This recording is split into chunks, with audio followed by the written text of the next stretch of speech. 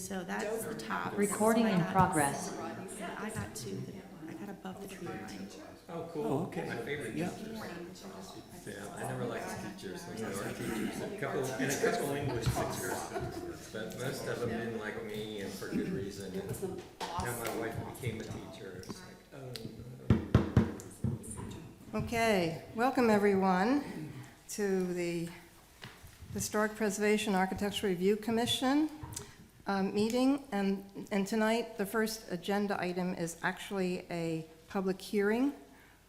We have a request for modifications that can be interpreted as a demolition, and anytime we have anything like a demolition that qualifies, we have to have a public hearing.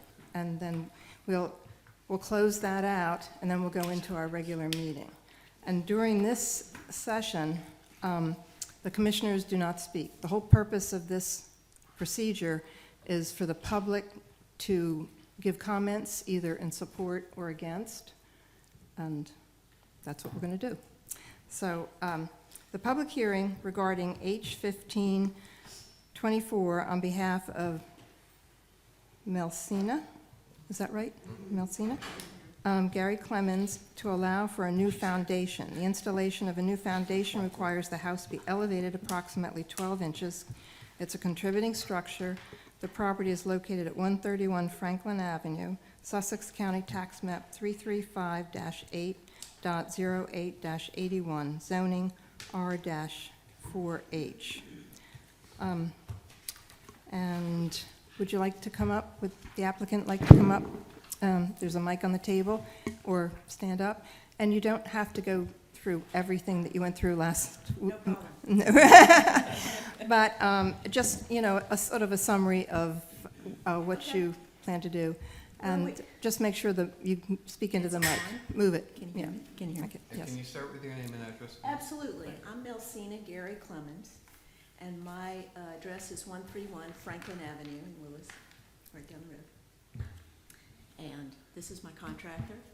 Go ahead and say your name and where you live.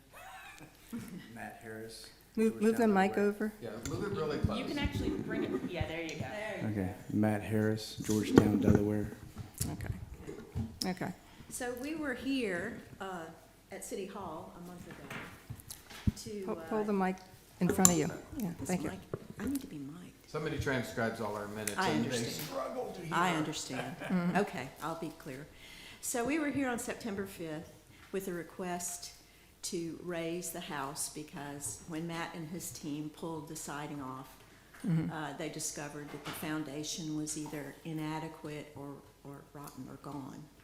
And so in order to correct some, the grade on the left side as well as replace the foundation, we needed to have permission to do that because of the requirement. If this is categorized as a demolition, it requires public hearing. Anything you want to add, Matt? Yeah, so the house, as it sits, is, maybe that's a little too close. As it sits is below grade on one side. Wow. So, and there's no way to fix the grade because of the neighbor's house is approximately 6 feet away, and their grade is pitched towards Gary's house, Ms. Clemmons' house. And so the only logical solution is to raise the house to get it out of the ground because the wood structure we had to replace it just to lift the house. We've had to replace that beam because it was completely rotted. You know, if wood sits underground for 100 years, that tends to happen. So yeah, something has to happen one way or another. Yeah, and another thing I'd like to add is that we feel, based on the way the house is situated on the lot, it's back from the street quite a bit, unlike a lot of other houses on Franklin, and how large visually the other houses on either side of it are, is that raising it is not going to affect the streetscape view at all. And once it is lifted and landscaped again, it will fit in appropriately with the rest of the street, in my opinion. 26 and a half feet, yeah, so it's below the 30-foot limit for the for the height. Okay. Anything else before I open it to the public for comments? I don't think so.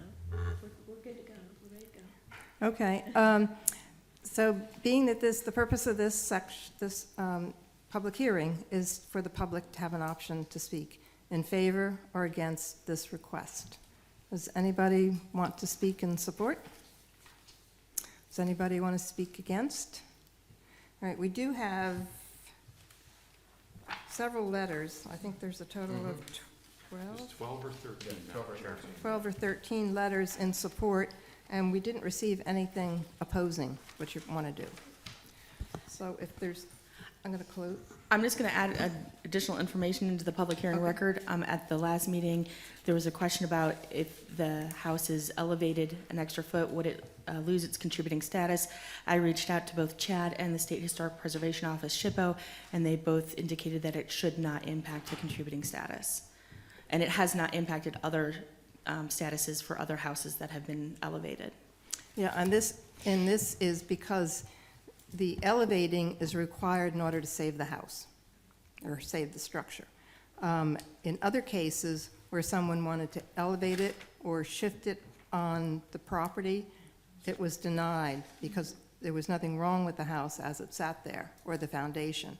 It was just that they wanted it located in a different location on the lot. And that was denied because it would have lost its contributing status. So I think that's all the comments we need to make before we close the meeting, correct? And, I make a motion to adjourn the public meeting. Second. thank you. All in favor? Aye.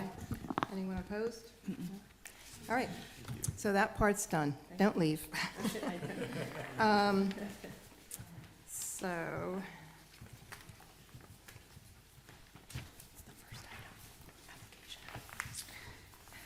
so now welcome everyone to the Historic Preservation Architecture Review Commission for Thursday, October 3rd. I don't have any announcements, but we do have 2 sets of minutes to review and approve. For the first set of minutes is from August 1st.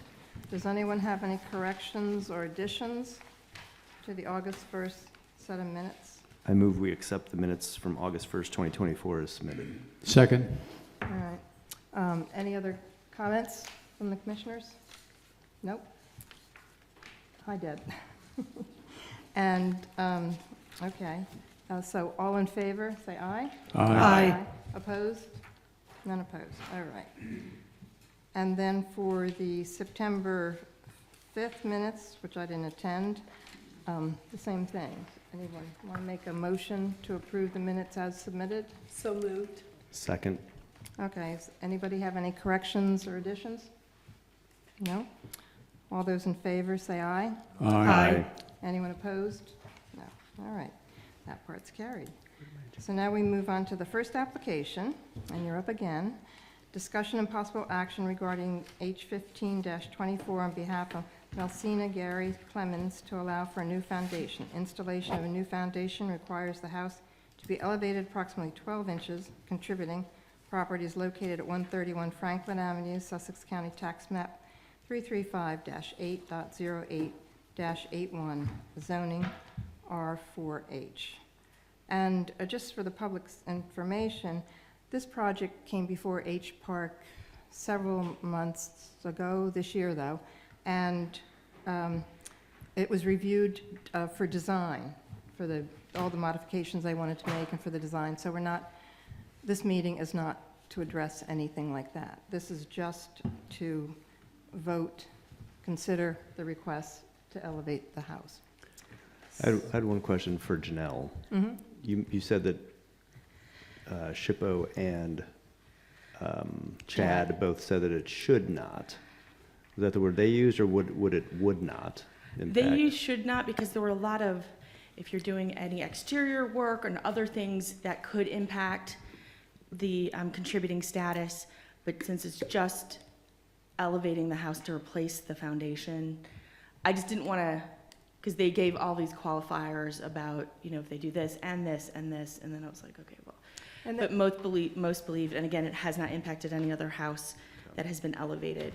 And that, yeah, and they say should, because anytime this question comes up, it depends. Of course. It always depends on the situation, the location, the street, and everything else. It's just a whole litany of reasons.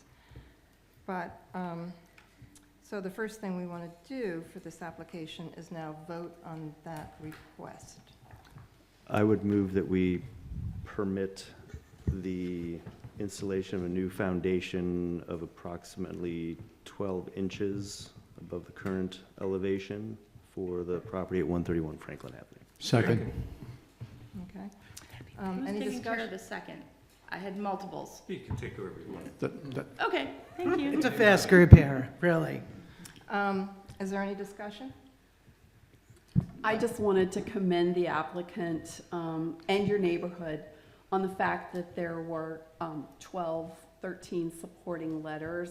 I just think that speaks to, the willingness of neighbors to be involved in the project, and Rhodaline and Franklin. So it was a nice comment on the project and you as a neighbor. My only comment would be, we had no issue with this the last time, except for a concern that it could possibly change the historic status, and it is a need, not a want. Absolutely, is that this house is not going to stand unless it's raised, and that is something that we've seen at many properties in Lewis. Maintenance is key. And I will add to that for the public's knowledge is that it also, when you have a contributing building, you may have the ability to get tax benefits for doing work on the building, maintaining that building and rehabbing it, et cetera. And you could lose those if you lost contributing status. So it's something we certainly want a homeowner to know well before. And I had said to another person coming in tonight, when I attended the conference in Orlando a few months ago, which is of the national group of preservation commissions like this, nearly a third of the conference was about climate resilience and the fact that they're taking very old historic buildings and lifting them because they're in flood stage areas and they don't want to lose those buildings. So we know that on the national level, this is a hot issue. So thank you so much for the letters as well. Okay. All right, I think you can go now. Wait, we need a vote? Oh, we need a vote. Sorry. Always want to just get on to the next. Individually vote, or how do we want this? Yeah. Yes. Individual. Okay, so first, do we have a motion yet? I Yes, did. we have a Yeah. motion. Okay, and a second? Second. Yeah, All right, very good. So now, you made the I motion? made the motion. Okay, would you like to make your comments first? Sure. I vote in favor of the new foundation based on Chad's and the SHPO's consultation that it should not impact the contributing status of the building at 131 Franklin Avenue. Okay, and you made the second? I didn't make the Oh, second. Whoever did. Larry or Larry. Pete. Larry, go ahead. Okay, you get to make your comments. I concur. Okay, And that's a yes vote? Yes. Thank you. okay. Let's just start with Deb and go down. I vote yes, and I just want to thank you. I know this was difficult at that last meeting to be patient, both from the homeowner and the contractor, so full steam ahead with our blessing and good luck. Absolutely. Pete? I vote yes, and it's clearly necessary to preserve the building. We can't have subterranean wood construction. And I vote yes I already went because of all, oh, sorry. Nope. We'll No, leave I it go last. last. For all the comments that have been said. I vote yes because of Mike's comment, and also because the plan is simple and really keeps true to the feeling of the house, and I would hope that you continue on that historic vibe. So thank you. Thank you very much. Okay, I vote yes also. I think you've been very patient, and I hope that it goes smoothly from now on. Okay, Thank you. That's good. all right. Thank you very much. Okay, I'm gonna do a little change in the sequence. The last applicant, C5, has been moved up to the second applicant. And the name is, so they all. A discussion and possible action regarding H-21-24 on behalf of Mark and Paulette Moran for a front porch extension and revision, first floor, side addition, second floor bathroom area addition, non-contributing. The property is located at 119 Franklin Avenue, Sussex County Tax Map 3358.08-85.00, zoning R-4H, 119 Franklin. And if I may, my understanding is there might be a concern that the chair wanted to limit the Oh, application thank you. presentations for tonight because we had so many applications on the agenda. Okay. Yes, thank you. Yeah, we have 5 applicants tonight, and depending on how much time is spent, we could possibly be here very late. So we're asking everyone to limit their presentation to 10 to 15 minutes. There'll be a 15-minute timer, and then we're going to try very hard to limit our comments to 15 minutes also. So, okay. I'll give you 5. All right. My name's Brennan Bickle, architect at Element Design Group, 115 West Market Street, here in Lewis. With me today is a designer. You can say it. Yep. Joseph DeGrace with Element. And he's with us at Element and worked on this project and is accompanying us today. We are representing Mark and Paulette Moran. They could not be here, the owners of 119 Franklin Avenue. They could not be here tonight, but they are on Zoom if we do need them. Oh, great. Just a summary of the project, which you did a good job of, is it's a non-contributing structure.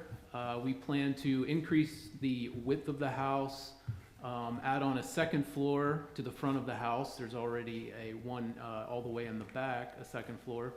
We're building a new front porch that that tries to tie into the Lewis streetscape a little better than the existing house.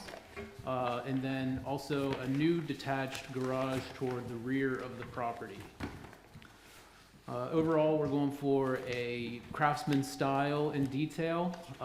The materials will be, the siding will be fiber cement shake siding. The trim, as well as the porch columns we intend for, and railings, we intend to be composite trim. The windows would be vinyl clad, the Anderson 400 series.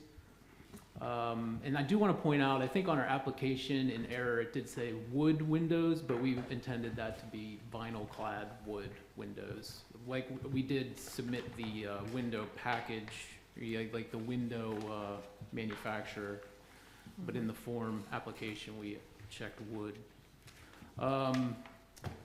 Let's see. And then for the porch foundation, we're proposing a stone, like a stick-on stone that would, if you do need to see that, we can provide that. We do not have a selection for that yet. And then for the roofs, we intend it to be asphalt, and then with metal porch roof accents.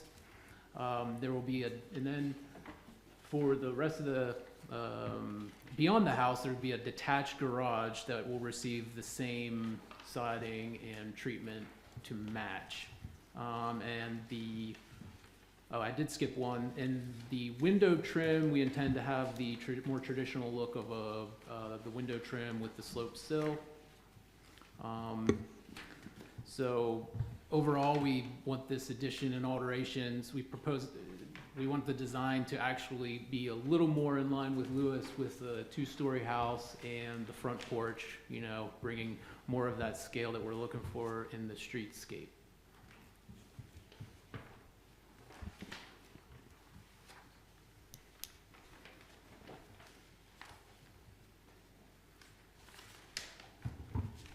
And I know my eyes are bad here, but where is Thank you. Well, I'm just going to ask, I'm not going to, and what is the lot coverage on this? 59.5%. I thought it was good. That is correct, 59.5%. Okay, I'm just going to go around, right? Did you want to, you have any other? Oh, sure, I'll start, that's fine. I think the design looks very in keeping with the neighborhood. And I would assume an attempt to do that was made. The house that will be kind of deconstructed, I guess, was not contributing, but it did contribute in character. It was it's an unusual little house, and one that stands out on the streetscape. But I personally have no issue with, I see that, appreciate no vinyl other than, I understand 400 windows, I know are okay with us, but I guess I never realized they were vinyl clad. Well, I think it's The exterior is made of what material, though? No. The Is it, double hungs are actually powder coated, they're painted. Okay, And the frame itself is from virgin vinyl extrusions, but Yeah. overwood. Yeah. yeah, And because if that you is go a to window any that, of the casements would actually have cladding on them. okay, thank you, Pete, that was my only question. Otherwise, I think all the materials and the design, the lot coverage, the size and scope look appropriate for the streetscape. Thank you. May I ask a question? Yes. Just out of curiosity. Why vinyl over composite? You mean for the windows? Yes. You mean the actual window? Just because that's just kind of the standard, Anderson 400s. That is they say it's a vinyl clad, but like Peter said, it's not like your typical, vinyl window. economy grade Vinyl. vinyl window. It's more of a, it's a good product that, most of these houses around the neighborhood. But you still think it's superior to composite? I'm just asking as a Well, I would say it is kind of the composite, it's still like a wood window on the inside, and then on the outside, it just gets you more protection on the outside instead of just having to paint the wood all the time. Okay, thank you. Yeah. And as a coastal product, it's by far the best Right. window out there. Yeah. So It's one that certainly we have approved often, Oh, yeah. and that we see often. And I actually, Larry, I'm sorry, I forgot, I had one more question, and it was just, I'm checking with the group for the windows, is the 6 over the open, a historically, a craftsman style? Would we, I don't know, defer to the applicant if you're an architect, or to anyone on our own? What is the question? Whether or not, It's it was- the mullions, Oh, the oh, 6 yeah. over Oh, oh. open, whether it's consistent with this? with this style, yes, an era. Yeah. Just to speak up, there are, we do have existing windows also to deal with, and we don't want to replace all of them. So we are kind of using that as a, spring off to tie into the 6 over ones that are there. And then, but yes, I do think, a lot of times you see that as more of a colonial style with a 6 over 6, but, I think, but I think it can work, it can work with the craftsman style also. Okay, so you are keeping the windows, I would assume, on the left-hand side? Yeah, where we can. Okay. Do you want I have sorry. Oh, go ahead, Mike. I was going to ask about the double windows on the second floor. Yeah. I believe most of the other houses, if not all on the street, only have single windows and they're not paired like that. Right. Is that something you'd consider taking to single? I just double-checked my recollection on Google Street View, and all the surrounding homes only have single windows. Yes. That was something, I wouldn't consider. Sorry. Third is a single. Yeah. I wouldn't, I would have to talk to the client to consider it. I don't know. And I would have to see it too before I would commit to anything, because I do, because even though I know like the rest of the street is a little more of the Lewis farmhouse look, but we were kind of actually not going, kind of varying it up a little bit. So, That's okay. we're kind of sticking with the 2, unless, like I said, that would be something I would have to have the conversation with the client. I'm sorry, Blue, could you take us to the final page of this particular set of drawings where the photographs are of the street? And I would just add, Because I'm the- sorry, that I would concur with Mike on that question, because it is one that we have addressed in other homes. A little bit further, there are photographs of the houses on the street because the There second, we go. right there, because the second floors do have double windows. Where?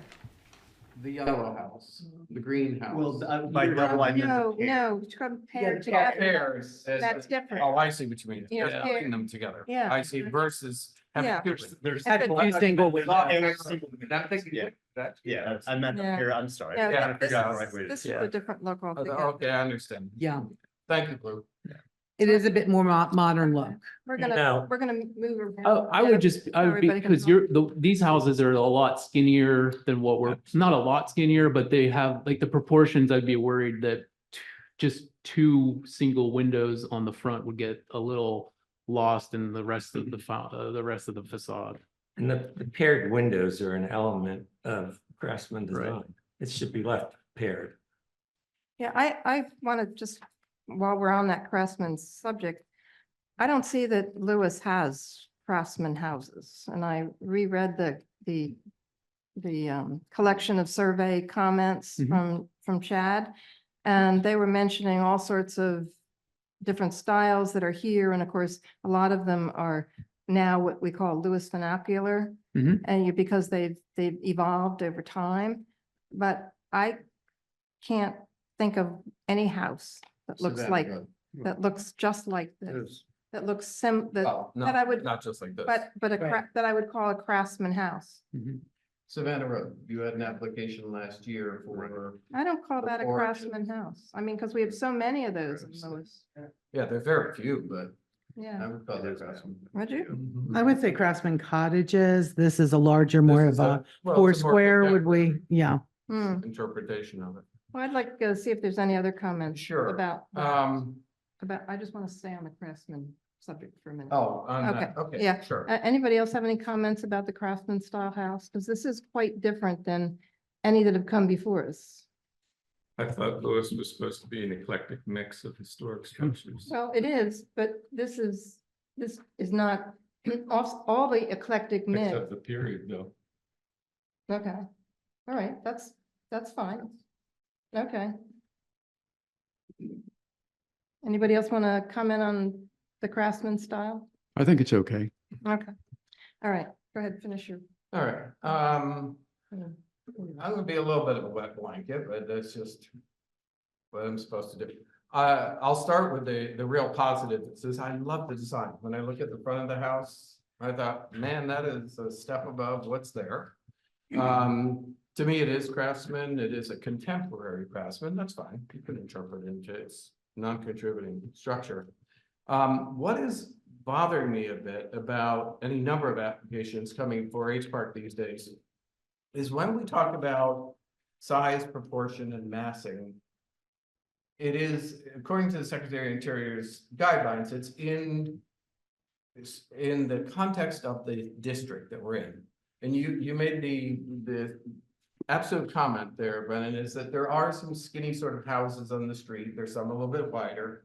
But even some of the bigger houses are stepped back, they're set behind, they're different kinds of things.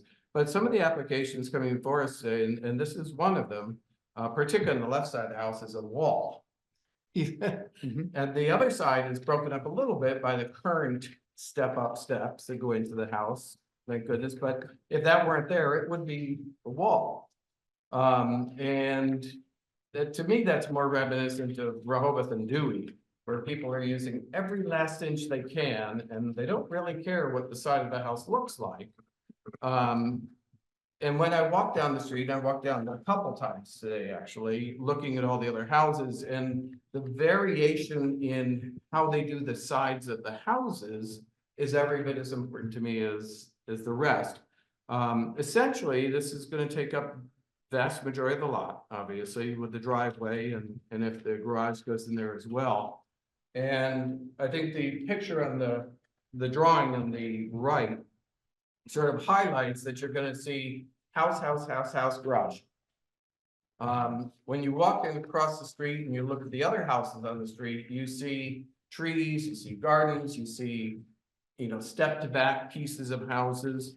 So I'm just concerned that we're getting much more into mass, which is something that our guidelines say we really should take into consideration, is that for a better word, no better word, to pull out of it chunkiness of the house to fill in every last inch there. So that's just a comment that I'm concerned about, and I hope that architects and designers will start to think about that, and because we are seeing it more and more often. And it's not in context with the rest of the historic district, in which houses have some space between them, and there's some design elements that make them interesting, even to the side of the house, and break it up a bit as you look down the side.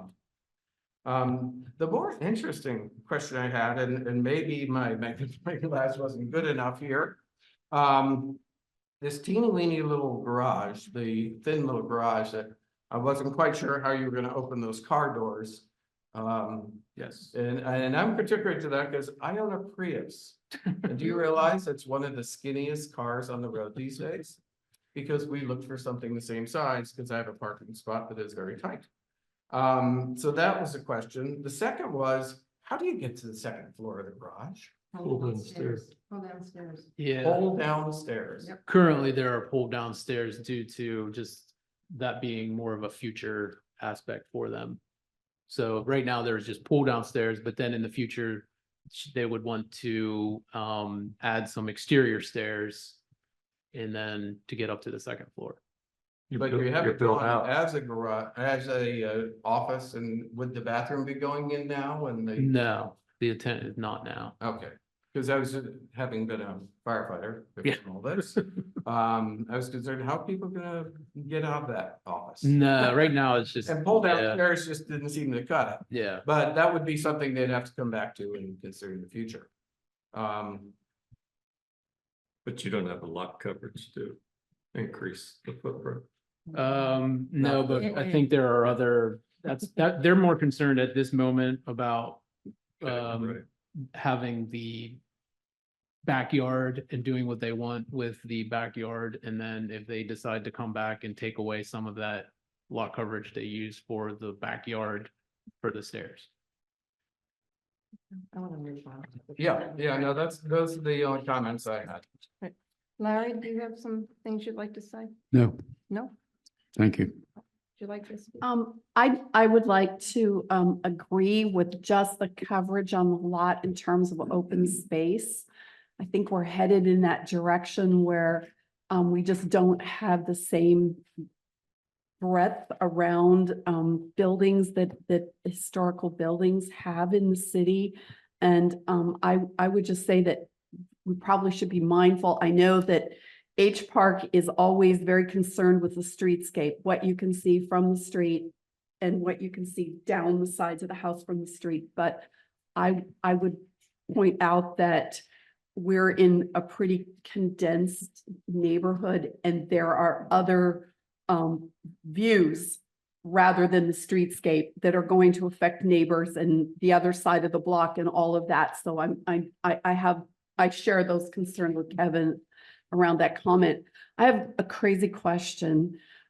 In the slide on the demolition, the existing house, I could find no kitchen. Are you going to be changing the configuration as you add the kitchen? The kitchen's on the first floor. It is on the first. Yeah, floor? it's on the second, it's a second Right, drawing. I'm blind. The second drawing. Okay, second drawing. Second drawing. Sorry, stand corrected. It was mislabeled as living, like the middle part Yeah. beside the bathroom is a kitchen. Oh, this area right here. Mhm. It's labeled It is a living. Yeah. Okay, Mhm. Open floor plans. thank you. Yeah. Mhm. Yes. Just want to, one more comment and then I'll be finished. I noticed in the historical write-up, this resurvey, it references that this building at one time was considered, part of a, where was that? Yes, the Coast Guard station. Possibly. Yeah, it says possibly a couple times. So, but, sometimes people like to build on that. But Right. there's nothing to No. do a waive to that. No, I mean, Okay. the current house didn't suggest anything like that, with the screen, really, it's the screen porch providing Mhm. all the aesthetic for the, right now. Mhm. That's okay. I Mhm. just. Okay, you wanna make a I think the proposed building fits the street better than the existing building. And would be an asset. Mhm.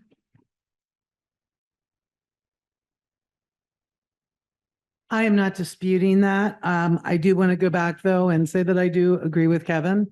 That we have an overall problem that we are just filling up these lots too densely. And this is yet another property that's going to contribute to that. I agree with that completely, but I think that needs to be addressed by us. Mhm. Not- And- I do. not with And the- it's not a cause that I can, It's what happens when property values go up. exactly. The McMansions come in. I think, yes, I think that's a code issue that we have to take up with the city and probably planning as well. Well, But I I guess don't there's a think we difference don't- between how much lot you have a building on and how massive that building is on that lot. And what I'm saying is the mass of the buildings is getting bigger and thicker. Yes, And it's very clear when you look at the side of this, even standing at the property line. we're you see seeing that. big boxes with every Yeah, square foot and, covered. And that's coming more often, and I understand that that's what people want is, you spend $1 million for a house, you're gonna wanna make it everything you can. But then that undermines our historic district. Because the Secretary of the Interior. some of that. And our own stuff is that, it's not just harmony with the streetscape, it's in keeping with the rhythm and scale and proportion of the historic district in which this building is. So it is, yes, the houses on the street, but it's also in general. And in general, we're getting more and more applications that are trying to fill every last bit. So design could do a little bit to sort of cut back the feeling that things are so massive. Right. And I understand people want 4 or 5 bedrooms and gyms and all kinds of things. I'm not so sure that's appropriate for the historic district. That's my concern. Okay. Mike, did you have anything else? Do you want to add anything? I asked the question about the windows, and I would just say that I concur about the concern about massing, but hopefully our city council and others can begin to look at that, Well, I think we need to because put it is a together, concern. yeah, I think we need to put together something and request it. Yeah. I doubt it's going to come from them. It'll come from us. So, if there's nothing else to discuss, does someone want to make a motion on this application, whether as presented or with comments? Move we accept it, but with one caveat, I'd like to see the stone sample before it goes on. Okay. Yeah, and while we're on that subject of the stone, Lewis is not A stone area. I know. a stone area. We're It's more of a brick- brick, It's a we're brick more of a area. brick area. Right. So, Probably should have a second. okay, can I have a second on Mike's? I will second the motion. And so now we're gonna have discussion. So I do, and I meant to bring that up. Stone is just not natural to Lewis. And I don't know whether you can tolerate brick instead of the stone, but it would be much more appropriate. Okay. Well, we'll get the sample to you, and then if we can work through that through Okay, the board chair. sure, That's sure. Yeah, I just want to clarify, does the full commission want to see that sample back, or is it okay to go to chair and staff? I think it should come back, but we can make that That- arrangement without having it. as No, it part of needs to be in the motion, because I I know. need to know. So that's why I'm just asking. Okay, And I would like to follow up with that. Is there enough support for asking this to be a switch to brick? Because brick is a more appropriate material. for Lewis. Does anybody have any objections to that? No. Okay, here's your answer. You? I do object to the stone too, and Okay. So would that be It a almost slipped friendly my mind. amendment to the motion, and is that acceptable to the person who made the motion and the second? It is. Yeah. That you're not approving the stone, that you would approve brick easy. With submitted samples. with submitted samples to H. Parker Chair and staff.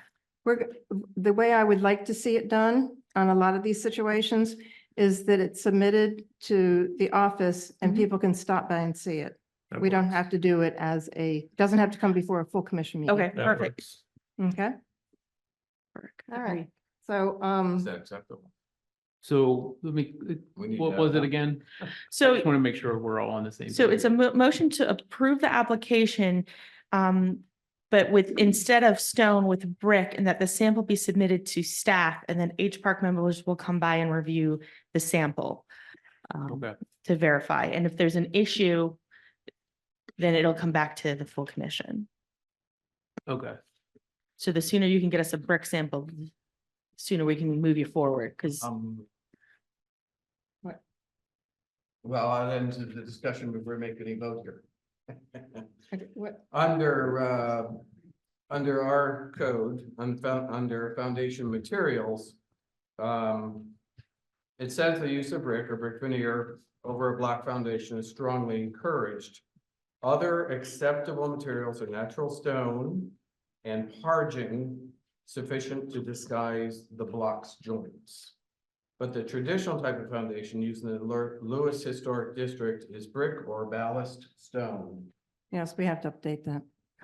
And this, but this is not natural I stone. know, but we still go back to Right. brick. It is still what's in our code, so Yes. And what's being presented here is it's not natural stone, correct? No, It's a not. composite stone. Correct. Can you explain what ballast stone looks like? River rock, yeah, river. It's like big round. pebbles. river rock, ballast. We agreed to the brick. We'll bring Fine. in the sample for that, and Okay. then Thank we you. can work through that foundation detail with you. Okay, and that's the only thing that you have Okay. to do, right? Correct. Okay, so we have a motion, discussion, a motion, a second, and discussion. So now we're and an amended motion. Mhm. So now, you made the motion? Yes, So you get to vote. You I get get to to, vote. you get to vote first and give a reason. I vote in favor. I think it's an improvement over the existing building, which really doesn't look like it belongs there. This one will fit in. Thank you. Oh, All right, who's seconded? And I vote to approve for the reasons that we've stated. I think that the Craftsman is certainly part of an eclectic neighborhood, and I think aesthetically it's very pleasing.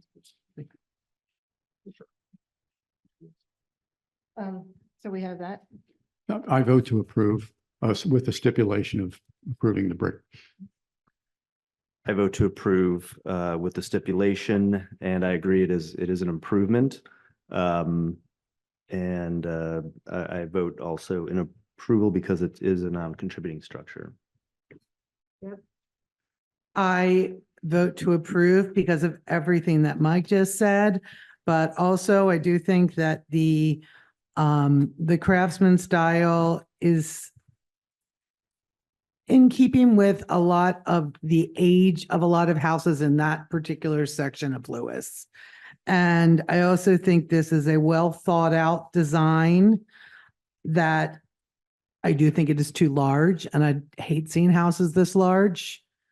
But I think it's a well thought out design with quality materials and details. Okay. thank So I will approve. And I'm going to vote against the proposal, which doesn't kill it, but I have to sort of hold to my principles. I think it's the mess of the house is too large. And the garage, I think, just contributes to that as well, to the visuals. I think the design is beautiful. I think it is a improvement over what's there by far. But I do want to say that I think the mass is too big. I happen to agree with you on that. It's a lovely design. there is some massing to it that seems large, extra large for that street. But I'm not going to vote against it, and it will pass either way. So I'll vote to support it. And so it's done, right? Okay. Thank you. So thank you very much. All right, thank Good you. luck. Thank you. As always, great presentation.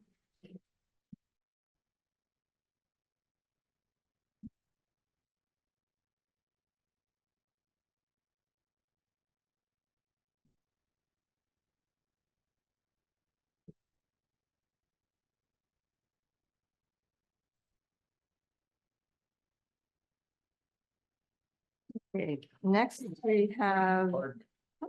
we have discussion and possible action regarding H-20 on behalf of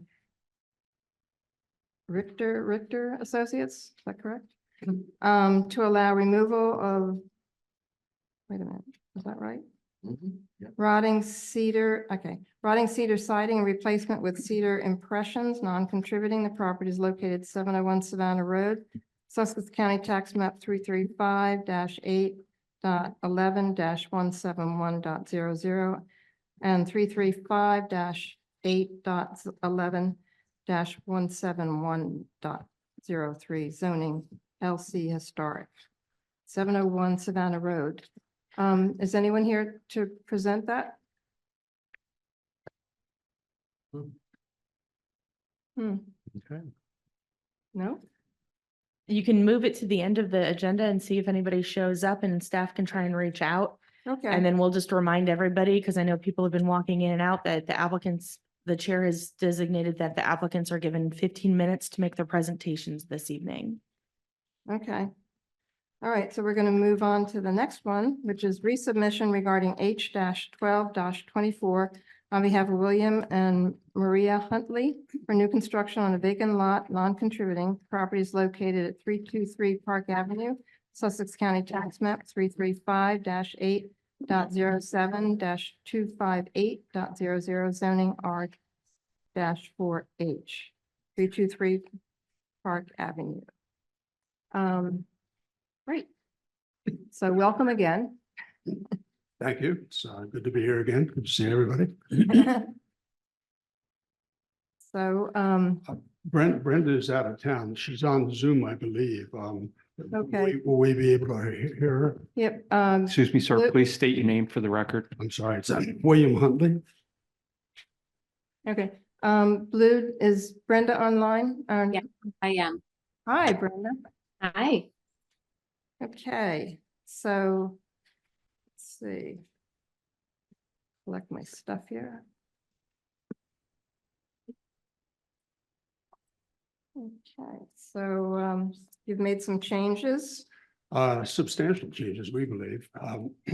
We went through, both Brenda and I independently, the recording from the last meeting, spent several hours going through and itemizing every objection that we heard. Both of us compared notes, and we tried to address every single one of those, and we believe we've accomplished that. Obviously, it's up to you to decide that at this point. Okay. Great. Some of the things that you might want to take note of are the previous plan was 116 feet long plus the porch. This plan is 99 feet long plus the porch. So it's 17 feet shorter in length. We provided the definition from the front house to the rear house with offset walls, lower roof lines, different materials. And that was some of the comments from before. We also removed side lights from the front door. We changed the door styles. There is, and you can tell this from the survey, there's 57 feet of open space between the rear porch and the garage. The allowable structure, the main structure is allowed to be 50% of the lot. Our main structure is less than 31% of the lot. Total lot coverage being 53.6 out of 60% that's allowed. The majority of that, excuse me, is coming from the driveway to get back to the garage. And I think that explains many of the things that changed here. Brenda, I didn't hear you mention that the front section is a two-story structure now.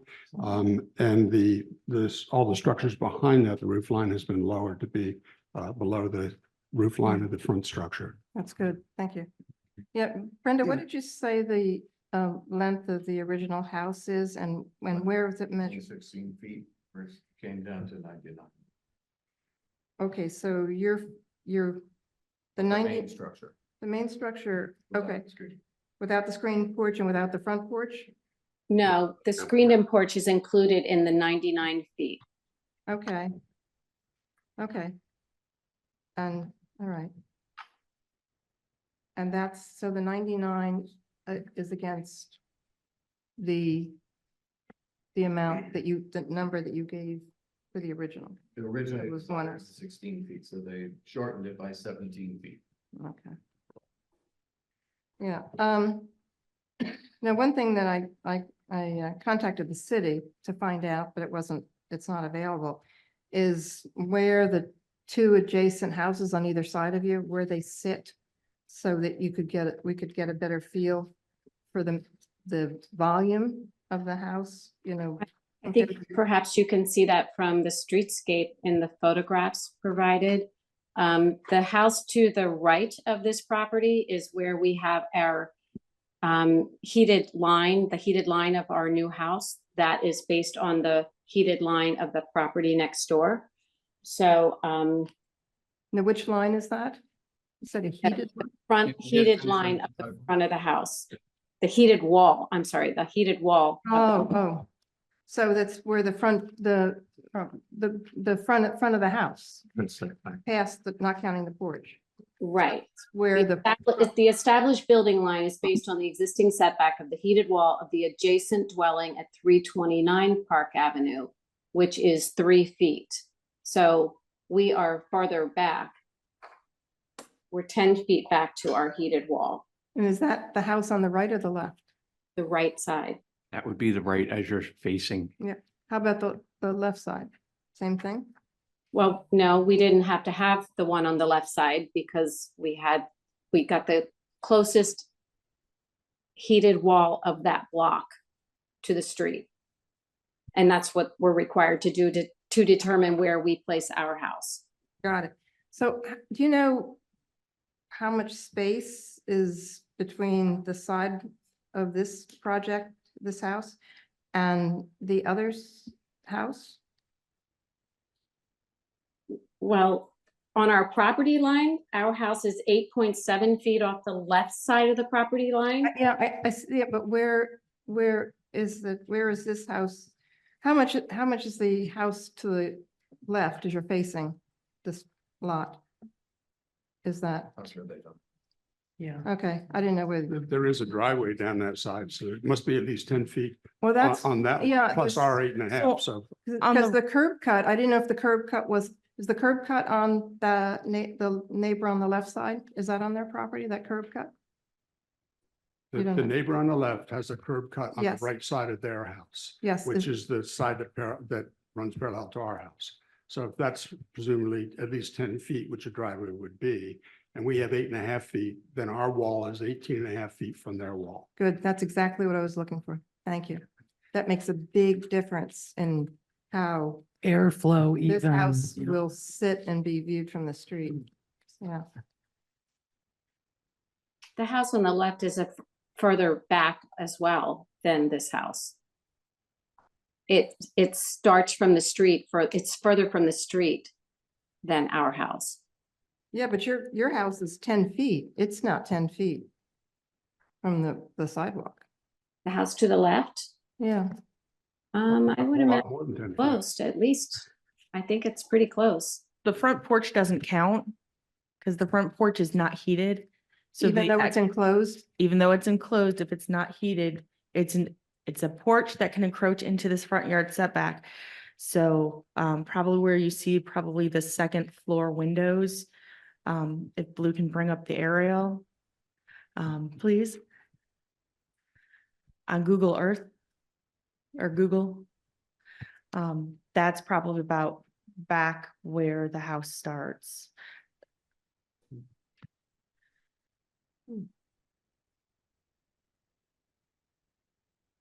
She'll be there in just a minute.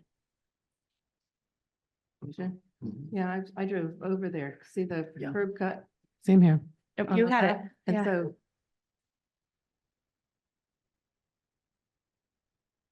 The street view, please. And we might need to go back to the aerial, but you never know. And I'm gonna pause the timer because now we're asking questions. yeah, So so sort of where the orange cone is, I guess, is something I guess close to the property line. Yes, that's the question. Yeah, and so then it's another 8 feet in for the structure. Correct. That's Okay. exactly what I was trying to figure out, yeah, because we didn't have that. That particular example of the house on the porch on the left, I think it's confusing because it looks more like part of the house than many porches do. Understood. But I do And so- understand what So you're, visually from the street, it's all just one structure. Mm-hmm. And then that's what really counts. So, okay. That makes a big these difference. dimensions are improved. Thank you for that. We tried very hard. Yeah, so where do you think the rear of the house ends up in relation to the rear of your house? Any wild ass fraction? guess? Forward, Realistically, a fraction. the rear of their house is forward of the rear of our house. I'll say that again, Brenda? The rear of the house to the left Yes. is forward of the rear of our house. In other words, ours goes back further. Right, well, I would expect it would, but I just wondered if there was any wild ass guess as to how far back. Yeah, Well- because it's not, yours is 85 feet before you get to the screened porch. And that house is where it went to, Yeah, I would say that the maybe half plan we're looking at is probably double the depth of that. the depth. Yeah. Realistically, Yeah, it's a very modest house. Mhm. On the left, the house on the right is a larger house, but still not in Yeah, that it's still not, scope. but It's still also- pretty, it also sits to the far right of the yeah. property. Mhm. And so there's much more space between it than Yes. this Yes. structure. Yes, if you look at the size of the houses here, I don't think we can count the church, obviously. No. It's still considerably bigger. Oh, but- yeah, it is, but it's, it's just important to understand the two adjacent properties on either side. There's, It sounds like I'm zooming in. Just kidding, Brenda. I can relate. yeah. Okay, so, who would like to, now that we've established that, which I think is very positive, like to talk about anything? I'll start, probably know what I'm gonna say. Mhm. But I'll start with the positive again. I loved what you did with the front of the house, taking up 2 stories. Mhm. Just, and the entrance to the porch on the side, I mean, a number of those things just, were great. I was really glad to see that in the shorter house, because I did look at the plans carefully. I'll have the same comment I had previously, which is, this is a massive house. And the Secretary of the Interior's guidelines very clearly say you need to consider the mass, and not just the form and the design, but the mass in terms of the historic district. And to me, this is, I'm not sure why it wasn't built 2 blocks away where it's not in the historic district. Mhm. That's all I have to say for the moment. Thank you. Mhm. Okay, Mike, you wanna go? I would echo the previous comments. I definitely appreciate the treatment of the front of the house, especially bringing the elevations down behind it. And I would share, I don't know, maybe I would share the sense of the massing of the house as well, but that's all I would have to add. Okay. Pete, you wanna add anything at this time? I concur with the last 2 speakers. Okay. Larry? No, the mass is overwhelming. Yeah. Mhm. Deb? However, However, okay. to be fair, they made some great improvements Mhm. I think a lot of it's great. There's a bigger question, I guess. It's a non-contributing structure. How Mhm. much purview do we really have when we're given vague guidelines like, there's no formula, there's no, and it sounds like it's a city. I mean, it's a broader issue than we are capable of. Is that wrong? Yes, the Secretary of the Interior's guidelines very. Well, clearly I state understand. in our They're not very clear. The Secretary of Interior? It says, Oh, it says, pay attention to the mass and the blah, blah, blah, blah, blah, but there's no specificity. There's no specificity, that's what's. Specific, because it's for the entire country. So Well, it's- I understand, but I'm just saying it's a challenge to say to people, no, you can't have what you want. We all understand that. But I have some vague reservations about the subjectivity of it. That's all. Well, and the Secretary of Interior is. Allows for subjectivity. I understand all that Because theory. it Yeah. it's set up to, set it up to recommend certain things, and then opposite that is not recommending certain. I understand all that, but it still is So a you have to- challenging, You have to figure out a way to apply it's a that. challenging decision, Yes. that's all I'm saying. Yes, absolutely. But, and even if it were similar to the, the guidelines, the code, we couldn't possibly have a book massive enough to cover Well, every. I understand all the arguments I've heard Yeah. a million times before. Yes, It's and- just that. And I understand the code is written in a way to allow some, because of it's a Yeah. national, I mean, I understand all that. Mhm. But it still is a difficult thing Yes, to tell a homeowner yes, they can't have what they want. Yeah. It's a non-contributing structure. We have Yeah. some limited purview. The only thing we really have is bulk and mass and streetscape design. It's all that we have in this. Which is actually quite a lot. Well, it is, We but, walk around the historic district of Lewis. no, Look at, I know. look at the size of houses, look at the structures. I Some understand. houses are big because they had a smaller main piece and then they had an L or they. had I understand something all that. That's not what I guess I'm not being back. And articulate. well, But, I but who is to make object this, who is to make this judgment? Yes, you're supposed to make a You're judgment. supposed to okay, so, Yeah. so if I'm the homeowner and you tell me this is incorrect, now you tell me what I should do. That's where it falls apart to me. What is your idea of the optimum size for this lot and space? well, that's why I think what we haven't been doing so far is we haven't taken into account the adjacent properties in any of our reviews on either side. And I think that's what we have to sort of incorporate, because it's the impact not only on the streetscape, but it's on the neighbors too. Barbara, I would agree with you. The uniqueness of this particular area is that there were very small, short houses on very extremely long lots. This is one of the few areas in the city that has lots that long. I think they might have the longest lots, I maybe disagree. Mulberry. There's a lot. Pete, where your house is, Mm-hmm. Mhm. you have very deep lots. Yeah, Not well, before right additions. From the sun. But yeah, Before additions were put on. Yep. Mhm. Yeah, the original structures. Yeah, so I just wanted to mention that it is, we have taken out very small homes that had massive backyards. Mhm. And then when you put into conjunction with that, the lot coverage Mhm. that we have in place, it allows for this to happen. Yes, it does. And so the question is that something that is handled through planning and zoning? Or is that something that you say no to? Because Well, I I think you think do it's- have the authority to say Yeah, no. we do, because, there's sections of the Secretary of Interior that would support it. Yeah, there's even sections of our code.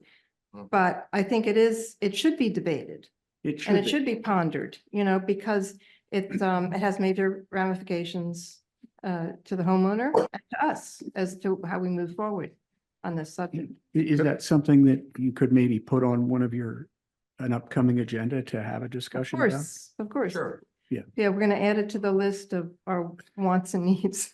And I think the- this also falls underneath the request that I made for looking at standards for new homes in the historic district. Right. This Right. is right where we're going. This house illustrates the downward slide of character Mm, that we are moving towards, as did the prior house. mhm. So what you have before you this evening is the I application. was going to finish, That's right. hear me out, but also wearing my planning commission hat, our hands are often tied by the code. Mhm. And sitting on the planning commission, there are many times where we hold our nose and have to vote.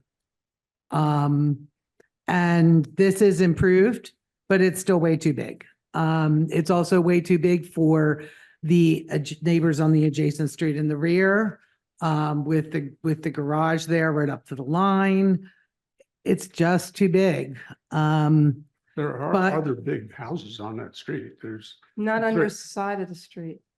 on the other is Yes, there are. 308, I believe it is. It's the one that looks like a boxcar. It's on the other side. Yeah. I actually have looked at all the other, I've looked at Google Maps and I And right know across one the of, street from that, there's a one big of the house, people Well, who lives in one of the that's larger in homes. Ship Carpenter Square, right? but it's on Park Avenue. I know, but it's not part of the streetscape that this house will be. Yeah, we part of. tend to go with only the houses that are, It- that you stand there. I mean, in this particular area, Ship Carpenter Square is onto itself, you know, it has its own character and design and proportions. But so we're sort of have to look at your side of the street. But realistically, we're dealing with a 50-foot wide lot.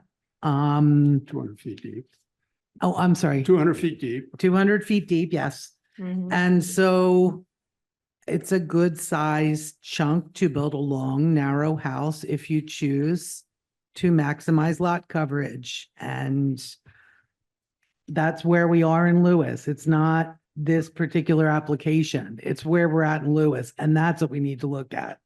I, however, do not see how we can deny this because I don't know that our code supports it. And so, Our code supports that we look at applications in terms of the scope, the mass, the form. The form of this house on the left-hand side is still pretty much a straight line all the way down. No, we broke that up quite a bit. There's an offset now. Oh, different 8 side. inches of that one But little it still, piece it and still then the provides a fire. grade. The roof line certainly changed Sticks out. quite a bit. I'm saying you made improvements on this. It is a massive house. And so I will You know, address this later with an educational piece. According to how this is interpreted by the secretary and SHPOs around the country. Mhm. But it is in our code that we determine that. And when there's a house here and a house here and you're suggesting a house there, that's out of scale. It's out of proportion. It's too big. Mhm. And Okay, so anyway. We Um, can move on. I was- We're making progress here. I was not present for the last meeting, and so I went back to the minutes and I had to go back and revisit all of this and saw the comments that were made from everyone. And again, I will say that you did go back and you made some improvements. It certainly steps in the right direction. What I'd like to elevate, though, is the public comment from both Amy Marasco, the neighbor on one side, and Gina Mifflin, the neighbor on the other side.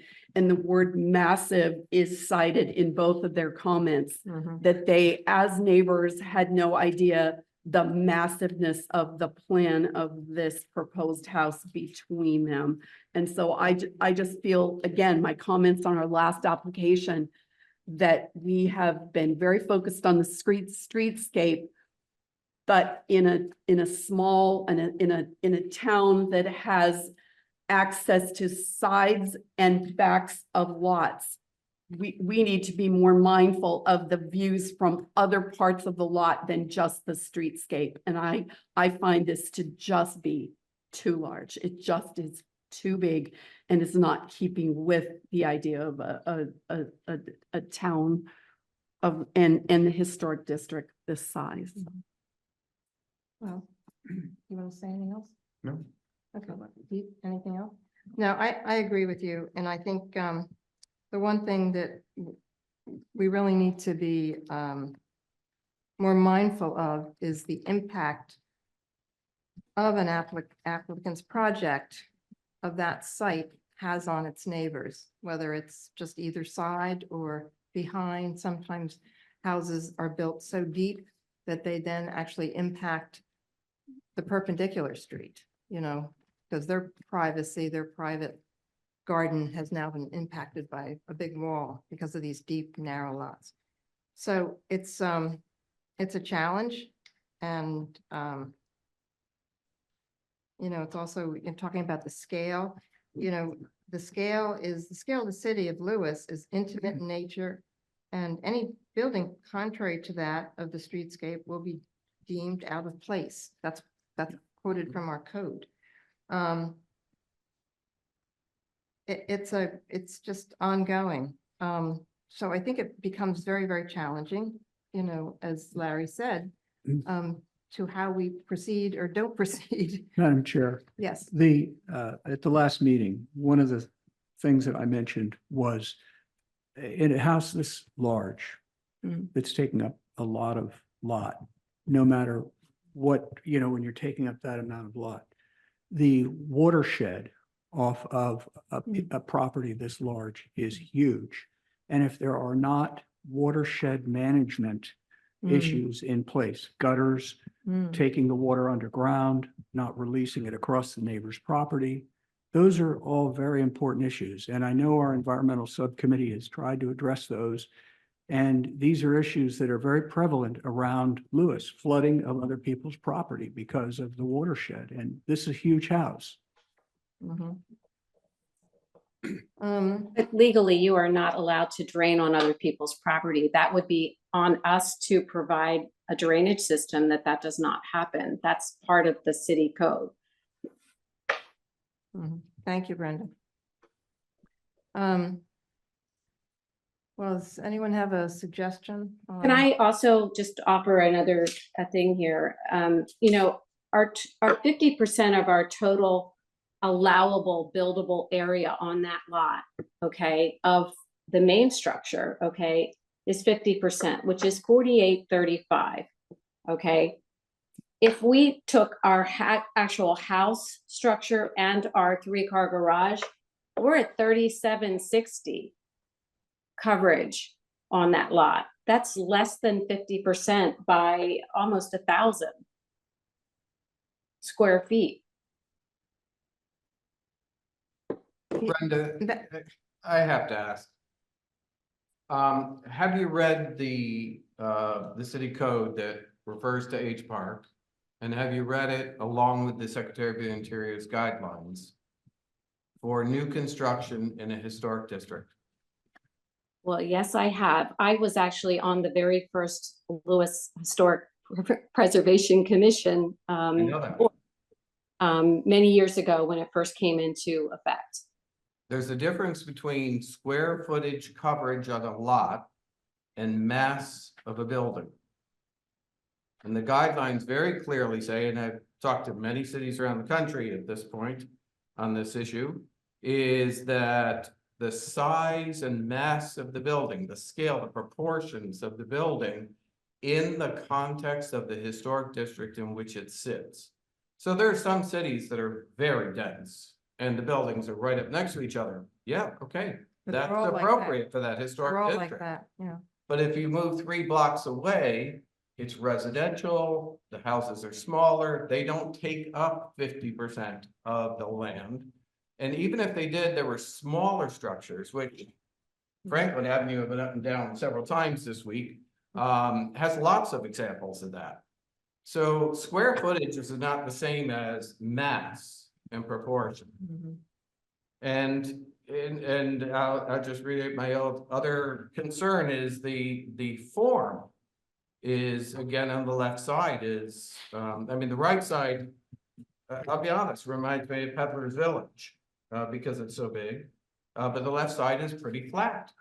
And so I would really like people to understand the difference between lot coverage in a historic district and the mass of what you could build on that compared to the houses around it and the houses in the general area, which is our historic district, as the Secretary of the Interior guidelines talk about.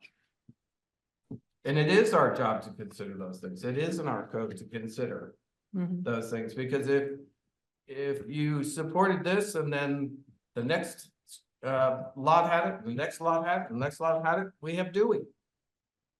Or we have Rehoboth, in which there's no charm whatsoever left and no historic structure left. Mhm.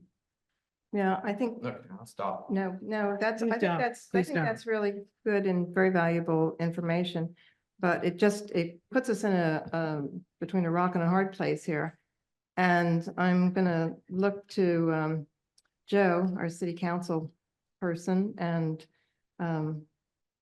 since Alex isn't here, Janelle, for some suggestions, guidance, or Well, comments. I guess I don't know if you're feeling compelled to have to make a decision this evening, or if you feel that you need to sit back, take some time, and come back to the table with your answer. I would don't know if prefer that's an that. option. I think I would prefer that. I'd also like to talk to Alex. Yes. Oh, You're- So let me get to the code. okay. Gonna be Alex-ish for a minute. I am not a lawyer. I'm not claiming to be, so I'm just gonna read the code like Alex usually does. Well, I was Done. thinking that we could put this on hold and then, meet with him and have more of a roundtable conversation about the pros and cons and the bigger picture and everything. Well, your option is to vote no. Or the option is to vote yes, or perhaps take it under consideration. It sounds like you've got a lot of concern. And when you have that concern, to be forced to make a decision Mm. that may not be the right decision for the city at large. Well, I think Is that's important. what everybody's struggling with, is that we know what the right decision is for the city at large, but we also know that we're slightly hampered by the code. So the code says H Park shall, and I'm 19758D, if anybody is playing along. H Park shall endeavor to arrive at a decision at the first meeting at which the application is presented. However, if the commission decides that it needs more information or time in which to make a decision, it shall either place the application on the agenda for the next meeting or schedule a special meeting. H Park shall grant or deny the application as expeditiously as possible, but in no event later than the second meeting at which the application is on the agenda and the applicant appears, except when the application is for demolition, and it says below, failure to act within said timeframe shall be deemed to be approval of the application as submitted. However, an extension may be granted if agreed to by both the applicant and the commission. You are at your second meeting. No, because No. the last meeting, we said we couldn't review it because it was much too massive. And so we did not vote. You did not vote, but you heard the application, which makes this the second meeting, which you need to either make a decision or get the applicant and the commission to agree for additional time so they can consult their attorney, who unfortunately is not here tonight, and I do not know why, because I talked to him this morning and he was going to be here. So hopefully everything is okay. And that is your option. You either need to make a vote tonight, or you need to get approval from the applicant to give you more time to consult with the attorney before you can make a decision. Okay, with the, Down there are the minutes. There are the minutes from the last meeting. The meeting they appeared at. It wasn't on the last meeting. Right, It was meeting. 2 meetings before. Right, So the this meeting. is the second right, meeting right. that Well, it's because being we had discussed. 2 meetings in a month, though. Yeah. We had a but special. they meeting. weren't. No, on we the- they missed, weren't- that was the August meeting that we were. They were. Right. the We August- did not submit Feels them. like you were So just this- here, I'm sorry. Yeah, this is still their second meeting. Yes. So again, your options tonight are to vote on it up or down. If it's voted down, you may appeal it to the Board of Adjustment. By the way, that next meeting is going to be January. Or if you agree for them to allow time to consult with the attorney, Wh- that needs to be Why are you saying the next meeting would be January? for the Board of Adjustment. Oh. Board of Adjustment, sorry. Okay, so the minutes from the August meeting were, discussion and review continued. The tall and large roof will be seen from the street. All construction behind The replica will be seen, but because the original was so small. If plans change to abandon the replica and build a two-story house with a porch in front, will it appear too large from the street? These were just comments that were picked up as part of the minutes. Two-story house will also be wider at 30 feet. Inconsistent design on right elevation, having bay windows without windows and without shutters. Anyway, they're making comments about specifics.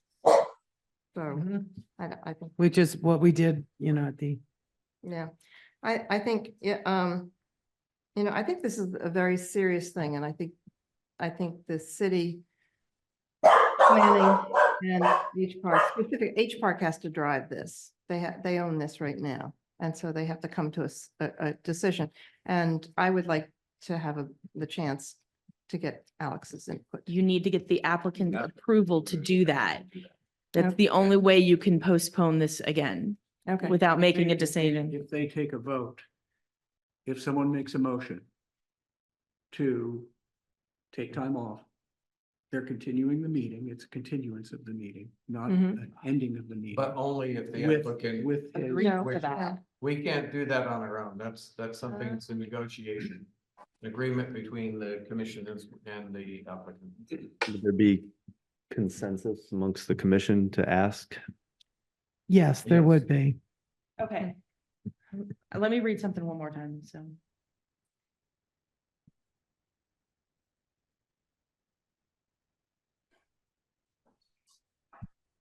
So do you understand what she's explaining? Yes, I understand. Okay, so tell me if I'm reading this right. The members of the commission, by vote of the commission, determine that additional time is needed to digest the new information, which we do have new information tonight. The decision will be postponed for one meeting, and the requirement for the decision at the end of the second meeting at which the application is considered shall be suspended. Where So is it's- that, Janelle? It's D2. Oh, two, okay. Two, because, but that, your motion then needs to be, you are voting to postpone a decision based on the new information, and you will have to make a decision at your November meeting. we have to vote it up or down. Yes. Because you're postponing it to digest the new information presented tonight. Okay. Is that agreeable with all the commissioners? What does that suppose for the applicant in terms of listening to this feedback? Are they able, if they change anything, does that just keep kicking the can down the road? I mean, how does I this? mean, I don't I think think at at this, some point, the applicant and the H Park are gonna have to make a decision. If the applicant, based on tonight's conversation, wants to make some more changes, they're more than welcome to do that. But right now, you have an application that you need to vote up or down, or to postpone to digest the new information for one meeting. So this will be the first item on your November meeting agenda. all right, then I have a question for the commissioners. Is there anyone here that wants to make a motion, or are we on, or does everybody think it's a good idea to request to postpone it? That would require a motion, wouldn't it? To postpone, to digest the new information will require a motion. I would make a motion that we would like to postpone a decision to digest the new information and to consult with legal counsel on our options. I second that. Okay. All in favor? Aye. Anyone opposed? No? And you do not need a decision. That is, should be a straight up and down decision. Okay. So this will be on the November agenda. At the end of the meeting, we will be talking about when we will be holding the November agenda meeting. We're closed we close at noon at return day, which is your normal meeting day. So we're gonna have to move it. So- Okay, and it'll have to be forward, because we never move it back. Right, so it would be November 14th. Okay. Yeah, so just giving you a heads up. All right, well, thank you, that's So- important. And it'll automatically go on the agenda. We don't have to do anything. We don't have to Correct. submit. That's right. Correct.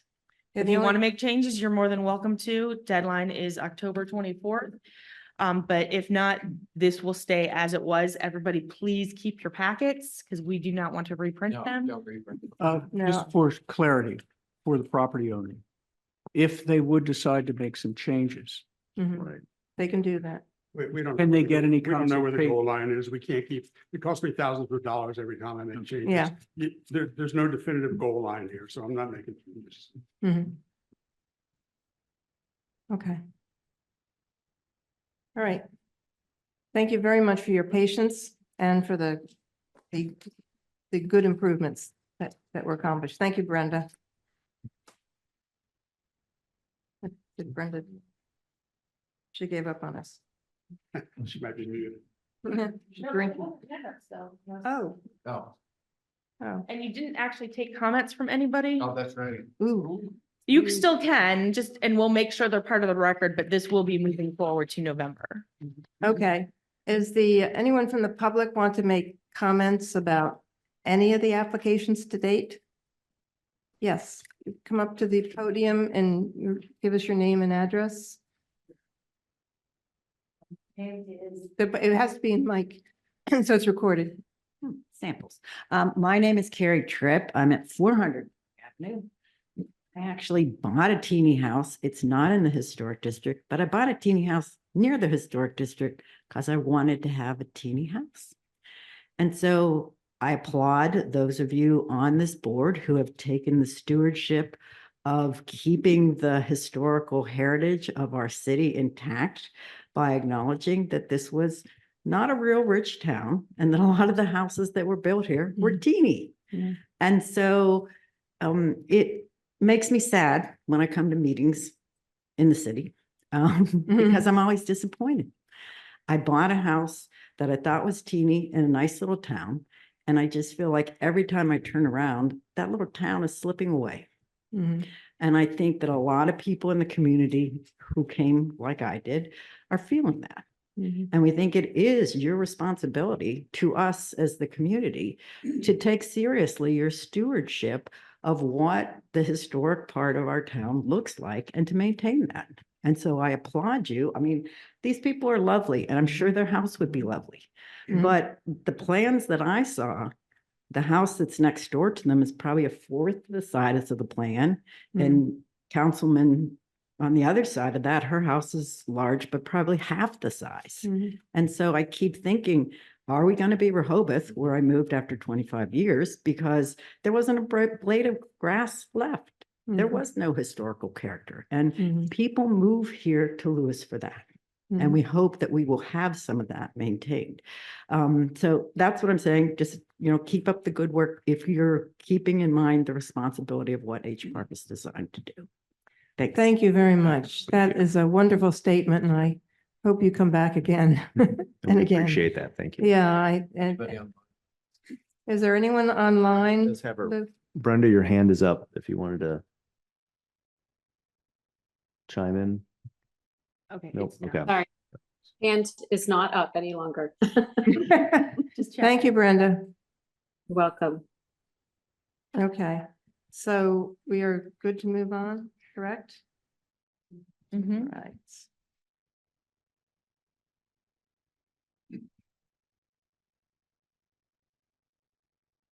Okay, so.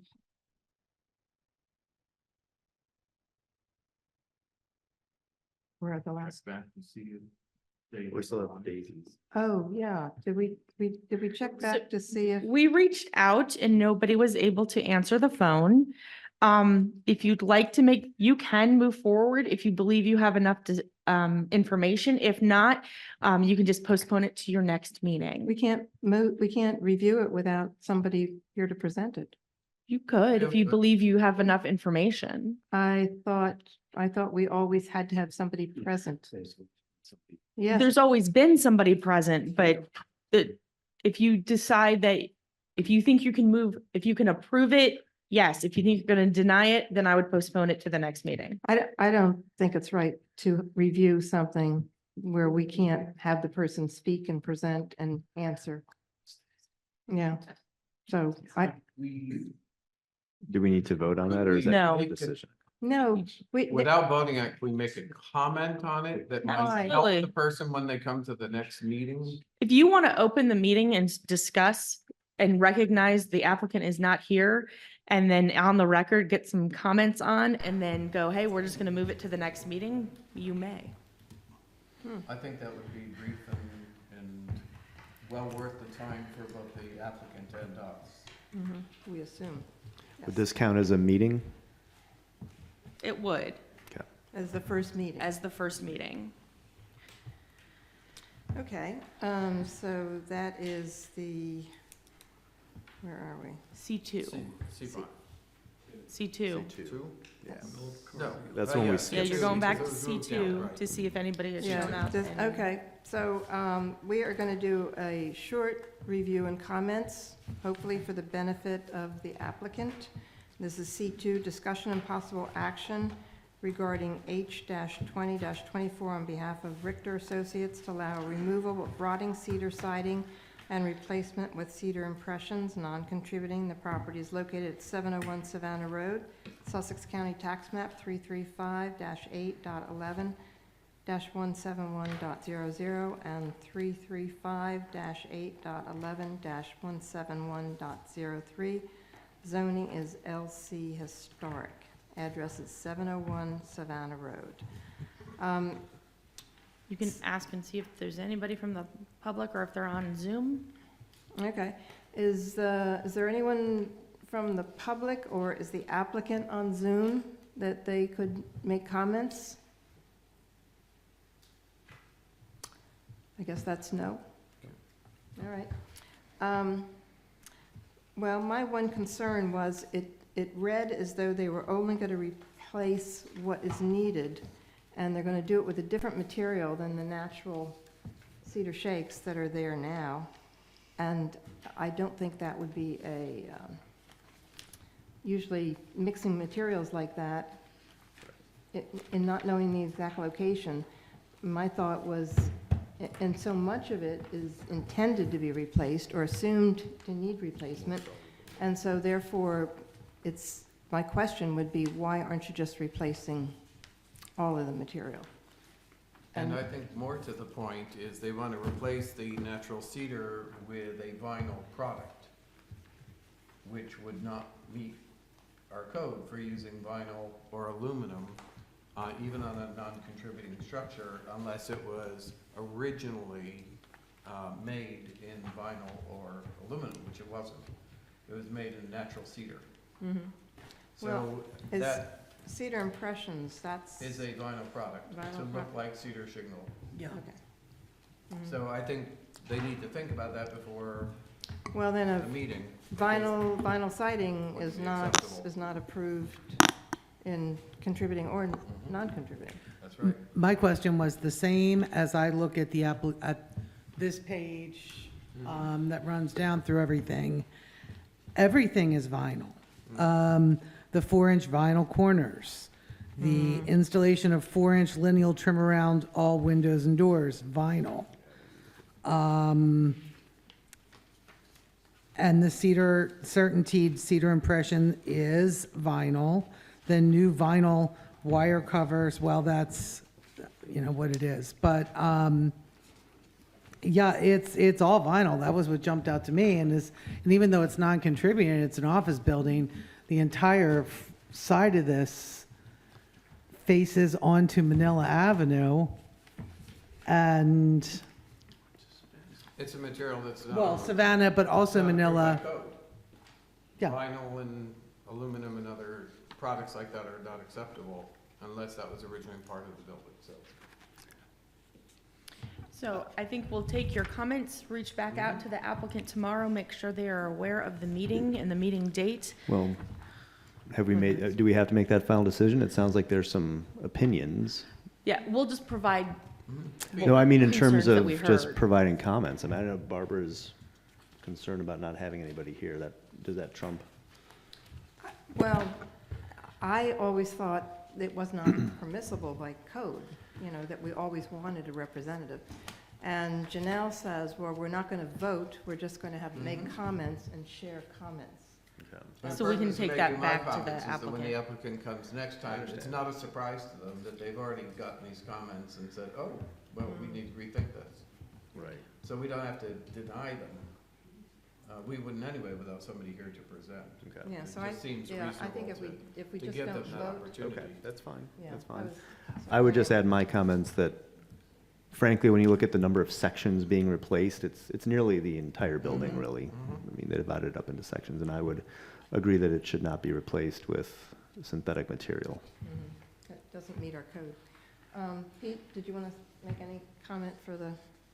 Nope, agree. Agreed. Larry? Yep. Agreed. Okay. Yeah, you're just having a general discussion about the use of cedar and vinyl, so. Okay. Okay, well, All right, hopefully. so we'll reach out to the applicant, make sure they're aware of the November meeting, and so that they, and also have them provide more information based on what I've heard tonight, is that you need some more information. Yes, make and sure a little they, concern. make sure they review the code, We will do that. or ask them to come in and meet with John. We will do that. So, which is also another issue. It's always so much more helpful. You can only I know, you can do only. so much. Yes, well. This, Madam Chair, this applicant was advised by email that somebody would need to be present to make the presentation. Did they acknowledge receipt of email? Oh, they did? Yes. Okay, good, very good. Okay. So we just have one left, right? C4. Yes, C4. Okay, we're gonna just take a little break here until our Kevin returns. And Deborah, she's, okay, Do you want to take a 5-minute recess? yes, thank you. All right, thank you.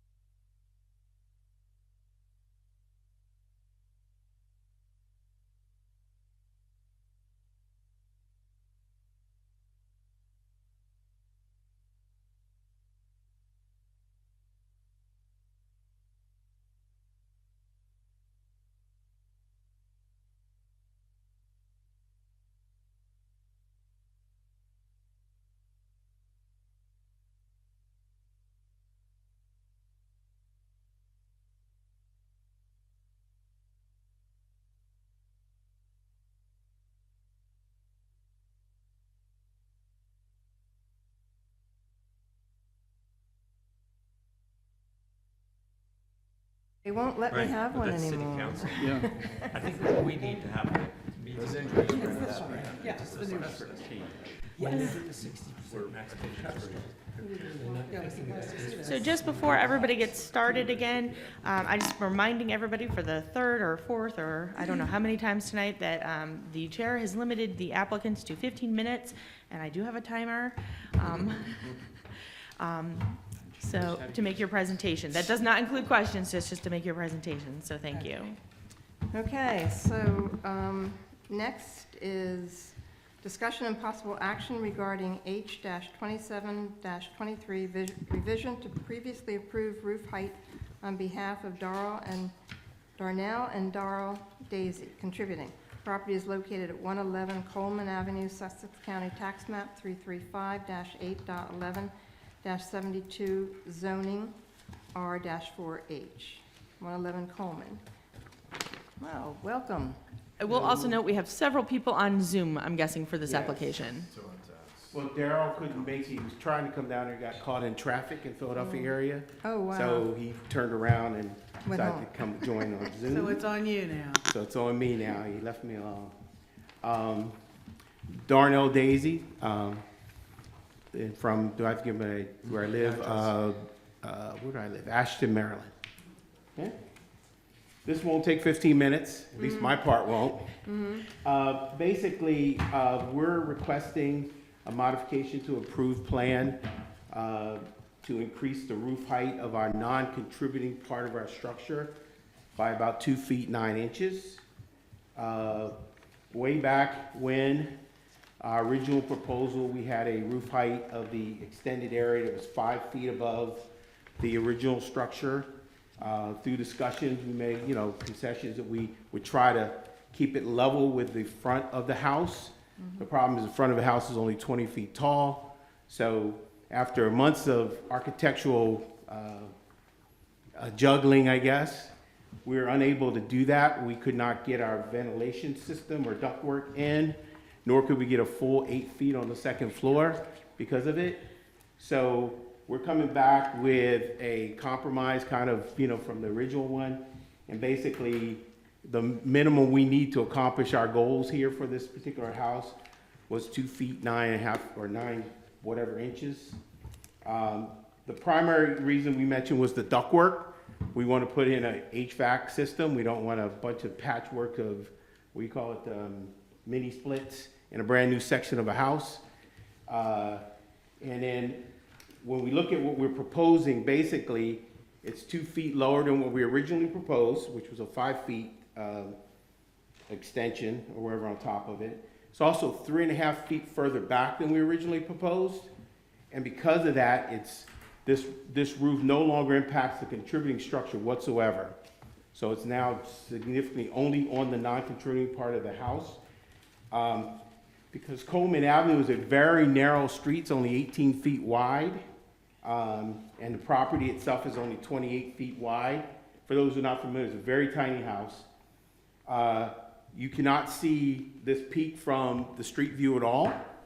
The sidewalk, we mentioned, is very small. If you look to the left, the first picture here, that's what it looks like on the left-hand side, because our property is right on the border of our neighbors. Our building is physically almost on the property line, maybe about an inch off of it. So this is the street view from one side. I shared a picture of Coleman Avenue, those who are not familiar with it. It's a very tiny street, one-way street, and that's what you're looking at in front of our house, so there's not much there. All right? So going back to what I mentioned is that this is 2 feet shorter than what we originally proposed. It's 3.5 feet further back, very narrow street, very little sidewalks. So given from our original proposal that was approved, given from our approved proposal, this has no impact on the streetscape. It's the shortest house on the block except one, okay? So every other house is taller, every other house is larger except one. And it does not impact the contributing structure at all because we push back where we raised the roof, so it's only on a non-contributing part of the house. And based on one of the chair's concerns on our original proposed structure was that we didn't really differentiate the contributing from the non-contributing very well. This actually helps to differentiate that a little bit more. So if you go to the next page, it just shows you the approved right-hand side property view and the proposed right-hand side property view, what you're looking at from our right-hand side. The right-hand side is only 8 feet from the end of the property. So it's a 28-foot property. The house is 20 feet. It's skewed all the way to the left. And so there's 8-foot view, which is what you're seeing right there on the right-hand side. So you don't see the peak. You notice there's a slight difference in the roof height between the two, but it's not noticeable from a mass or scale issue. And then, so I just give you that perspective. Last slide I'm going to talk about, so I'm going to be well under my 15 minutes here now, is just showing you a side view, not that one. Just go to the one that's a diagram. Move up one more slide. There you go. It's easier to see that one. No, perfect. If you look at the bottom, you can see it's 2 feet 9 inches taller than the original structure, the contributing structure, and it's 7 feet back from the original structure, peak. And because of that, and because of the narrow street, you cannot see that peak at all. So that's really what we have to present, and just want to get any questions on it. That was at 7 minutes, and I cut in half.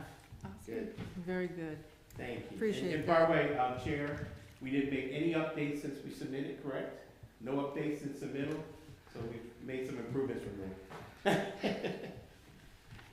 Okay, just, I have one comment. Okay. Is that this application does not portray the correct windows that had been approved. You're still showing 2 windows on the side of your neighbor on the 2nd floor. Only one Luke, can window. you go back to the drawings, to the, read that, yeah. I'm sorry. And we're. The opposite side. The opposite side of the Opposite side. house. Right there. Yep. Okay. So the 2nd floor, that pair of windows, Yes. only one window was approved in the final application. I think because that was not, none of those were visible. From No. my understanding, we didn't have any. There was only one window approved, Okay, so that's you fine. cannot change that. Okay. John. Can we add that window? No. Because I'll tell you, the concern is the impact it has to the neighbor. The neighbor has already permitted you to build closer to her property, even though you had room on the other side Okay. to expand. And, So- and that's what we're taking into account, that the impact, anything you do, what kind of impact it also has to the adjacent neighbors. We talked about that in one of the earlier applications. And Okay. So- Go ahead. I just need to put for the record that Commission Member Deb Hansen has recused herself and has left the room, so she is not participating in this application. Staff was asked about the motion, and staff went back and to the minutes, and the motion was to approve the application with the following changes to the proposed renovations. Front roof peak and window removed, extension of the front porch as shown, front porch to be straight line.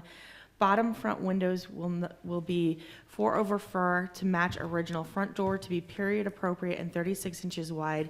Material for front of house to be all wood, including the wood trim and sills. And then this is a non-contributing structure located in the historic district. And that was the motion for this application. But the drawings in the packet that were approved only have one window here. I have a set We'll have of- to go back and double check.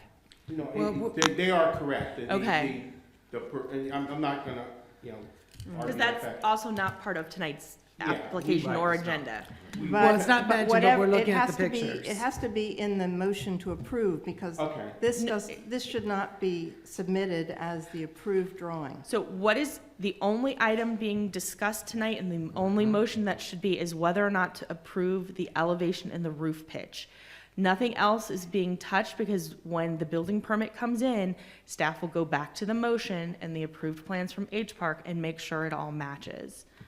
Okay. Can I clarify too, Barbara, you're referring to page 4, right? This page right here. This one, is this what you're, No. you're referring to the No. two windows on the Yeah. other side? Yes. Okay, Those two windows. These two because windows, we also show this window. an additional window on the other side.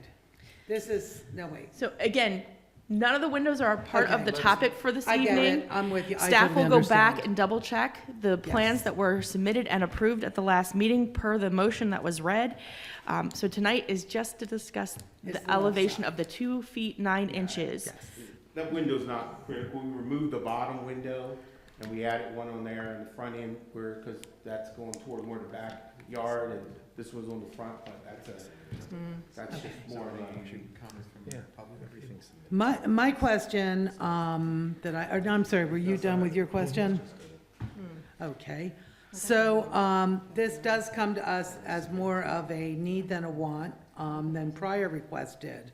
So if you can tell me a little bit, and perhaps with John, about the situation with the ductwork, because it does look like, what's raising the height is the pitch is changing? Yeah, and we had to raise the walls a little bit too, because again, we couldn't even get we could not even get an 8-foot second floor based on the 20-foot we had. So we raised the wall a bit. The biggest increase is that pitch, and that's to allow ductwork to go through. Our old, ironically, the contributing structure, because we gutted it and made it one story, the ductwork was fine. Right. The new structure, we couldn't get the ductwork through because we flattened the roof so much, we just couldn't get anything through with the insulation and everything. And then I just have a question following up for Janelle or John. We don't usually deal with the interiors, but what is the ceiling height? Minimum 7'6". Yeah, 7 feet or something. 7 feet, 7'6". If they're not hitting 8 feet, Right. uh, Not the problem. what Yeah. their proposal here, from a code standpoint, is they originally intended to have split systems in each of the rooms in the addition. With this change, they would create a duct chase in the addition, so conditioned air would move from an HVAC unit in the crawl space vertically to above the second floor. There would then be a horizontal ductwork in this new space with branch lines coming off it to condition the second floor rooms from the ceiling level down. Okay. So my follow-up question on that, I do understand, I actually said, think from a historic perspective, it's more attractive not to have mini splits, but they are efficient. But even if you went down to the 7.6 on both levels, that would add, what, 1 foot? That would add like a foot and a half by the time if we made it work.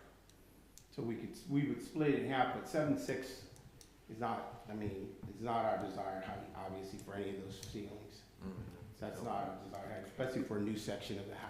But it is for a small house. That's kind of I common in this, I understand. for small houses, for small historic houses. But what are we gaining? Again, the peak is not being seen from the street view. It's But not- it, Go ahead, I'm sorry.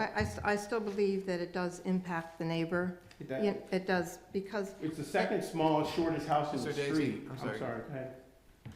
I want to get through this meeting. Yeah, Can we go ahead. let the chair finish Okay, go ahead. before we Yeah. interrupt?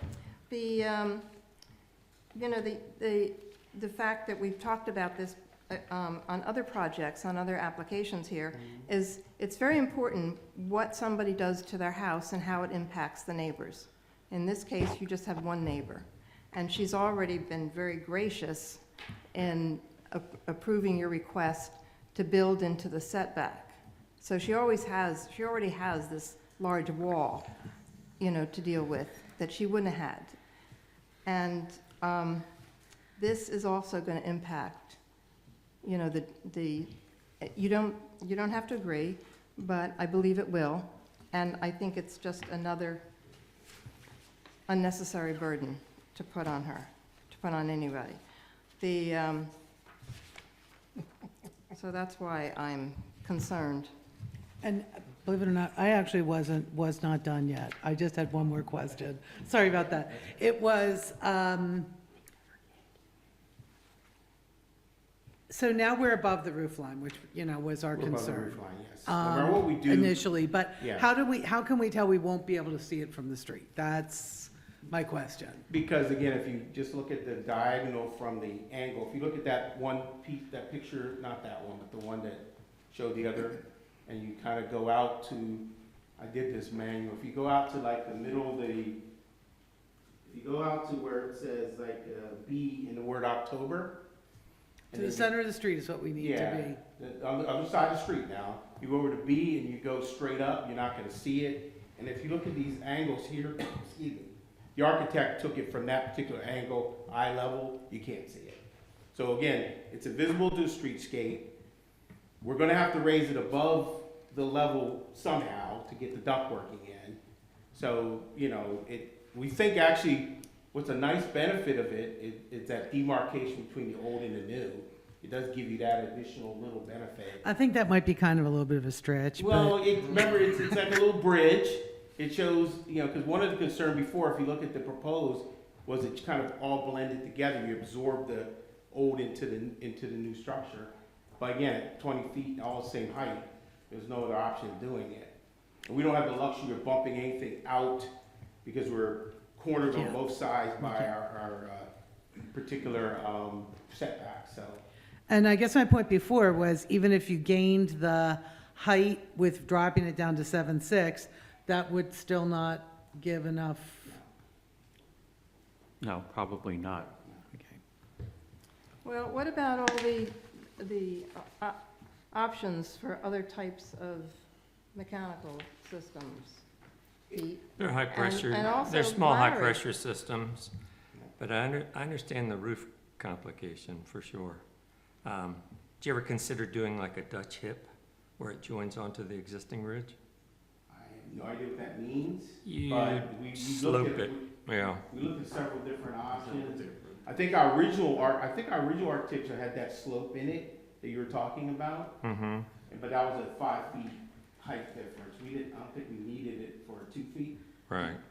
So that's what's actually in this package, is I'm looking at the original application drawings. I'm not sure. Because they don't even show the rake, it's completely different than what's on the screen. Looking at, it's A2. Yeah. This was included. I don't know what that is. Oh, the original, yes, that's probably way back. Right. And This yes, was, it this had was that included slope. in today's It package. had that slope. Yes. That was the Well, 5 feet. this is the previously approved. Yeah, I'm sorry. Yeah. Yeah, I didn't know Right. what you're looking at. But then there was also the previously proposed. That's what this was. Oh, yes, that was the early one. Right. That we, Earlier. yeah, we Yes. There was definitely. a proposed, there was an approved, and there's a plan, yes. John, sorry about that, quick question. John? Okay, sorry. You're good. Thank you. What does the city fire code do about a property line wall? Doesn't that have to be rated and can't have windows in it? I'm sorry, repeat the question. The left wall is on the property line. Where I've built before, that has to be fire rated then. If The it was new exterior has to construction, be yes. fire resistant materials, and we weren't allowed to have window openings in it in the city of Wilmington. This goes back to the Board of Adjustment though, right? Okay, so I know that says it's not relevant, but I'm just, it's not new construction. Right. The existing house, correct, but the addition is new construction. the existing, the new construction is set back. From the property line. 4 feet from the 4 feet, property line. okay. Okay. So Yes. within 5 feet, Mm-hmm. it would have to be Correct, fire-resistant Yeah. sheathing. yep, It would not have to be fire-resistant Correct. finished material. correct, The sheathing on that side would be fire-rated plywood. correct. Thank you.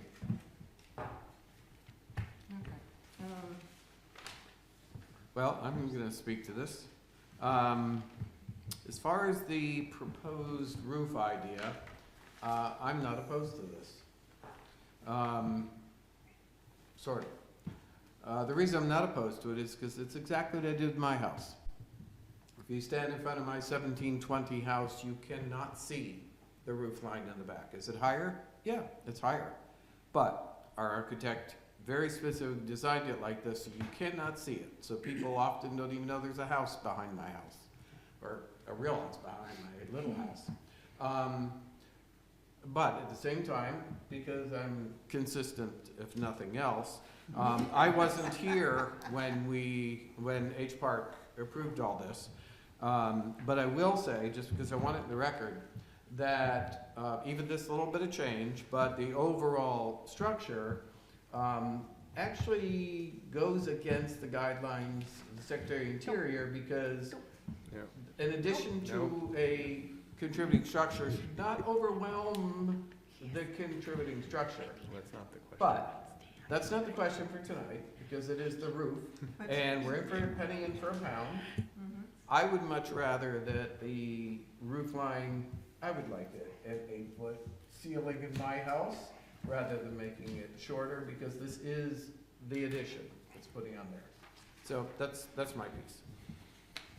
Okay. I don't have anything to add. Larry, you have an old house and you had to put in air conditioning, and We you had use to the be very. high-velocity ductwork, which is Right, 4-inch. considerably, well, we think it's smaller, but it's. Can you use your mic, please? Sorry. We used the high-velocity, what's loosely called a Unico system, but it does require a massive trunk thing that's as big as this table, where you go top down and bottom up, and so I'm not sure what the gain would be as opposed to his ductwork. That's an unusual one. Oh, no, and the main trunks, I've you know. done plenty of them. Well, And the other option that you could obviously explore is putting ductwork in the floor between the first and second, because you could use a truss and you'd have a chase in And that's where I live, that's where the ductwork is. Yeah, again, I'm not the architect, but I know we looked at lots of different options for what to do with the ductwork, and it's real tight. And I think you'll see there's not many new additions being built that are 20 feet tall for a good reason. There are 2 floors like this one, so I think that's what's the problem, is just a sheer math problem. And I think that's what we ran into. And we're gonna put in petroleum, what is it? Individual room. Hydronic. No, what's the gas that uses? Natural gas. We're gonna put in the, Natural gas. propane. Oh, propane. We're gonna put in try propane system. That was our intent for initially, but Still need because air of the, conditioning. no, because of not just the ductwork, we found out we don't have enough right of way on the backyard to even put a tank in it. So we're still wanna set ourselves up for natural gas in the future. So that's why we don't wanna build a house that's not enabled with ductwork, because once you do that, you're set now. And we don't wanna set ourselves up for that. The mini splits are very high maintenance too. I wouldn't want. They're high maintenance.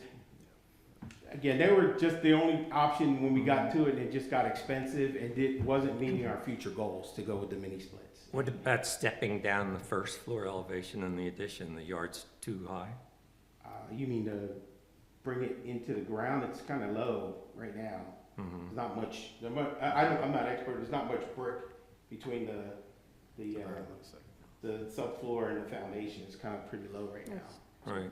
And so, yeah, we didn't consider going low. We didn't consider going deep. It's just another way to gain height. So. Yeah.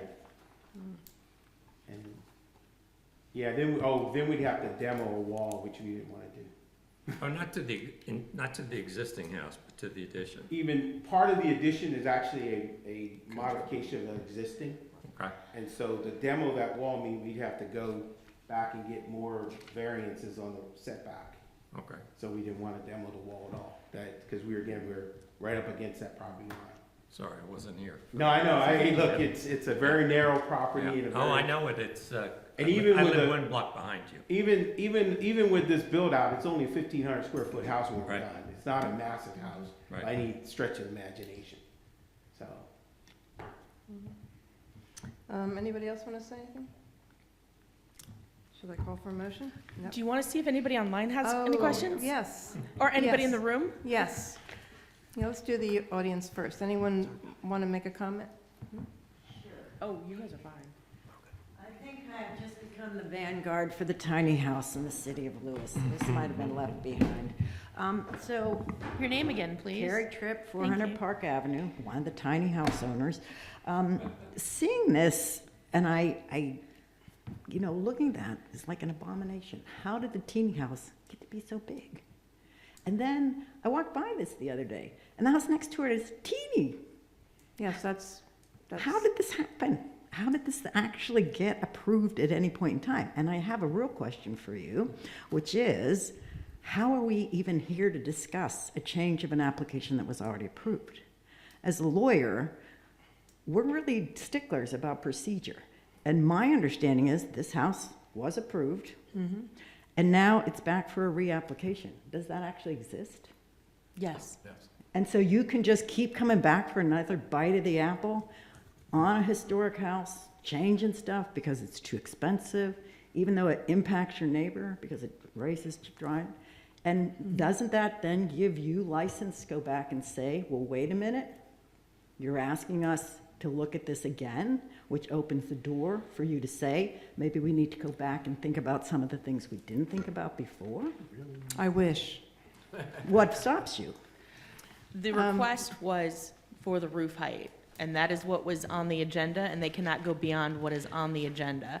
And again, and previously, as has applications, when something needs to come back before the commission, they are specifically looking at one item because they have already made a decision. But I heard you say something interesting. You said that the neighbor had agreed to the original plans and given up a property line. I'm gonna clean this up right now. The neighbor did not approve anything.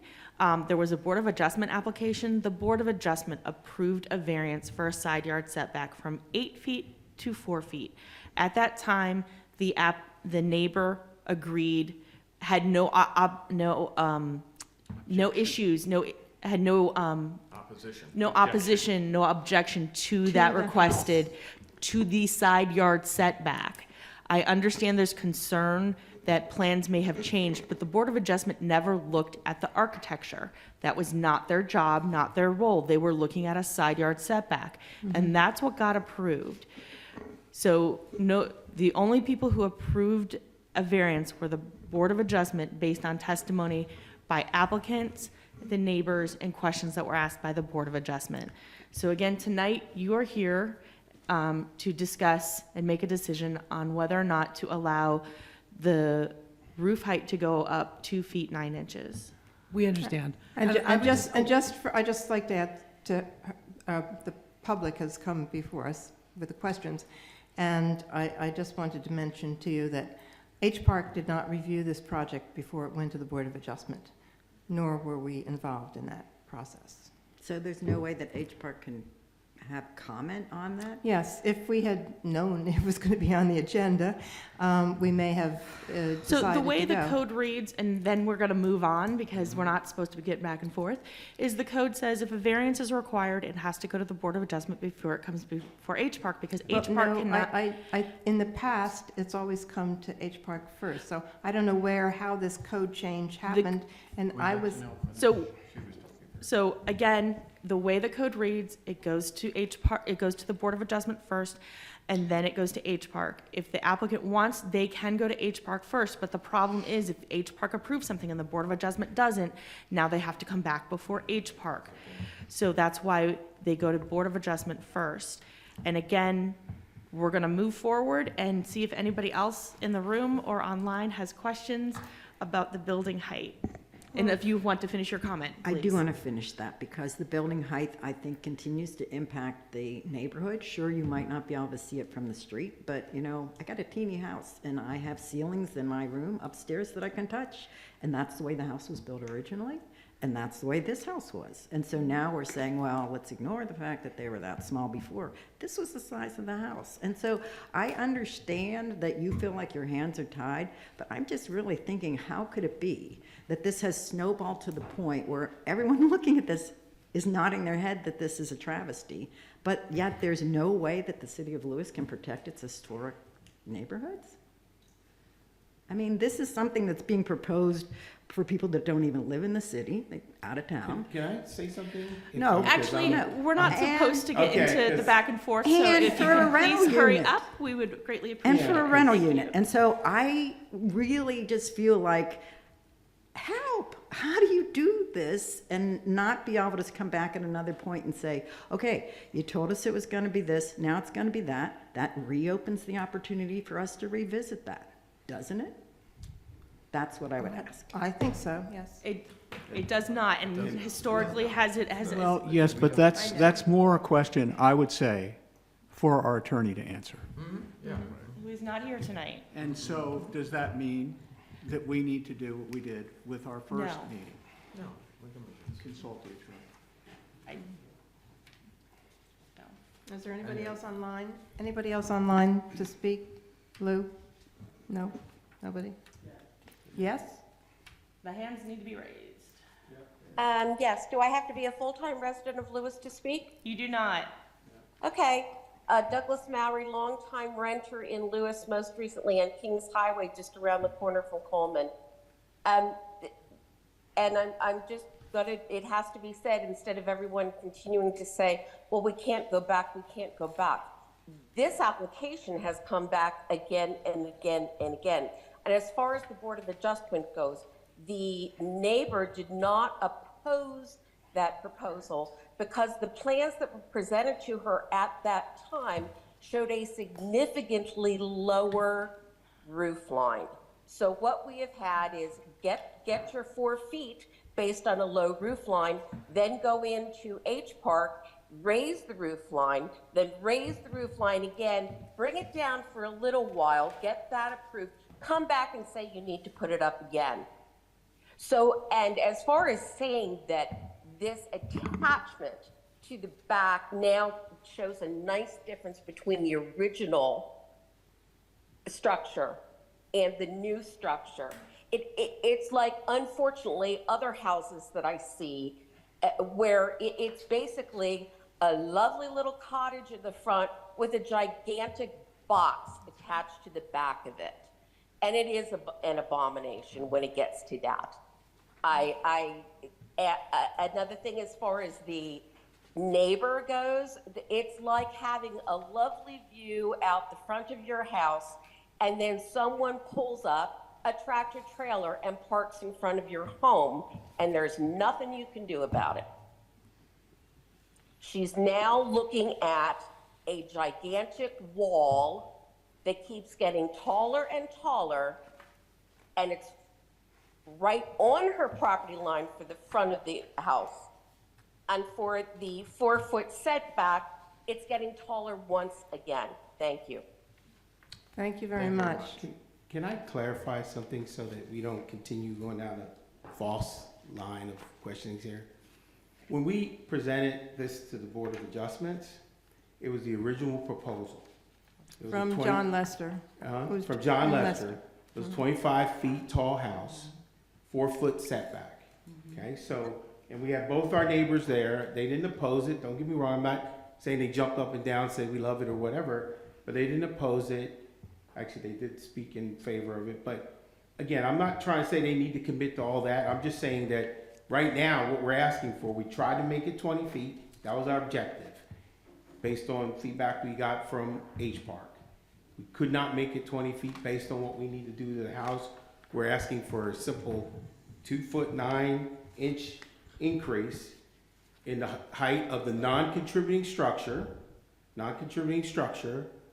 that you can't see from the streetscape. So I understand other concerns and issues, but the original proposal was higher and the peak was further up. And so again, this is better from a neighbor perspective, if we're gonna use that term, than the original proposal. Again, I'm not saying that was ever approved by H Park. I don't wanna make that misleading statement, but from the Board of Adjustment meeting, which she was referencing, this was actually lower than that peak. So I just wanna clarify it. And just so you know, there's another hand raised to provide Okay. public comment. Thank you. All right. Hello? Hello? Okay, hopefully you can't see me because I look a hot mess, but I did want to speak. Your name and address for the record, please. Okay, Sarah Minor, 210 Abbey Lane, Logan Township, New Jersey. Did you hear me okay? Yes? Yes. Yeah. We hear you and cannot see you. Okay, great, that's good. Just briefly, it just seems, strange that this is about a 2-foot 9-inch addition to the roof. It's not visible from the street, so I don't understand all the comments about how the neighbor is going to be impacted. And quite frankly, and I'm glad that the neighbor who's on, one of the commissioners recused herself, but sitting here at home listening, it sounds like she spoke to a whole lot of people and had them out there talking, making arguments for her, which I don't think is right. Because they knew way too much about this case to just randomly be tuning in. But the issue here, and it sounded like the board was pretty much in agreement until we had these other people standing up making all these comments. So I hope you're not going to allow yourself to be swayed by, I don't know, just unreasonable things, in my opinion. But the bottom line here, you're talking about raising a roof 2 feet and 9 inches because that's what they need to put in ductwork for air conditioning. I don't know how that would impact the neighbor, and I just hope that the board does the right thing here. Thank you. Thank you. There's another hand raised still.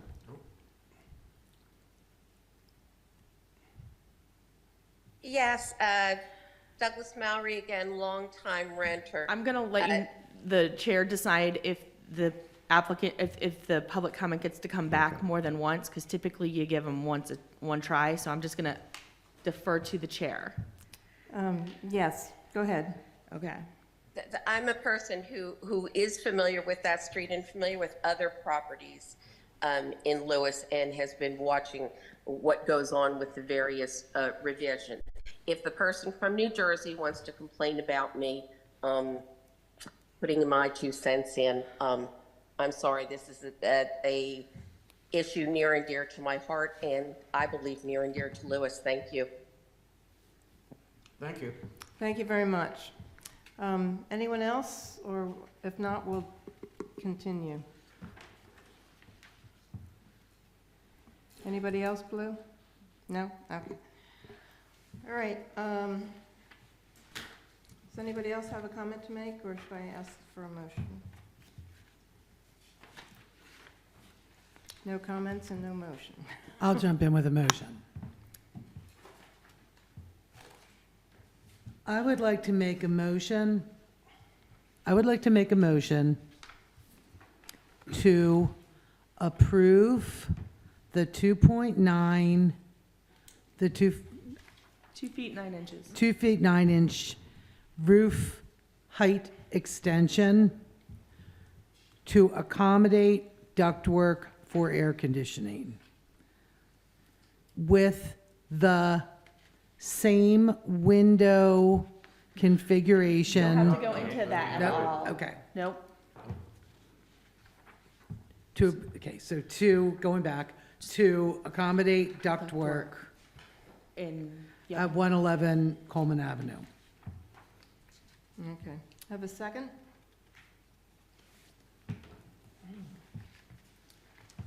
I'll second. Okay. All right. Discussion? Anybody want to make any discussion before we call? I'd love to see a cross-section, but I guess that's not on the application, right? Then we'd understand the math. 'cause The cross-section was not provided. Right now, you can discuss the motion. If you want to make a separate motion to ask for a cross-section for additional information, you can do that. Should I make I a would comment on like the that. motion? No. Right now, you're just, But we could. you should be discussing the motion.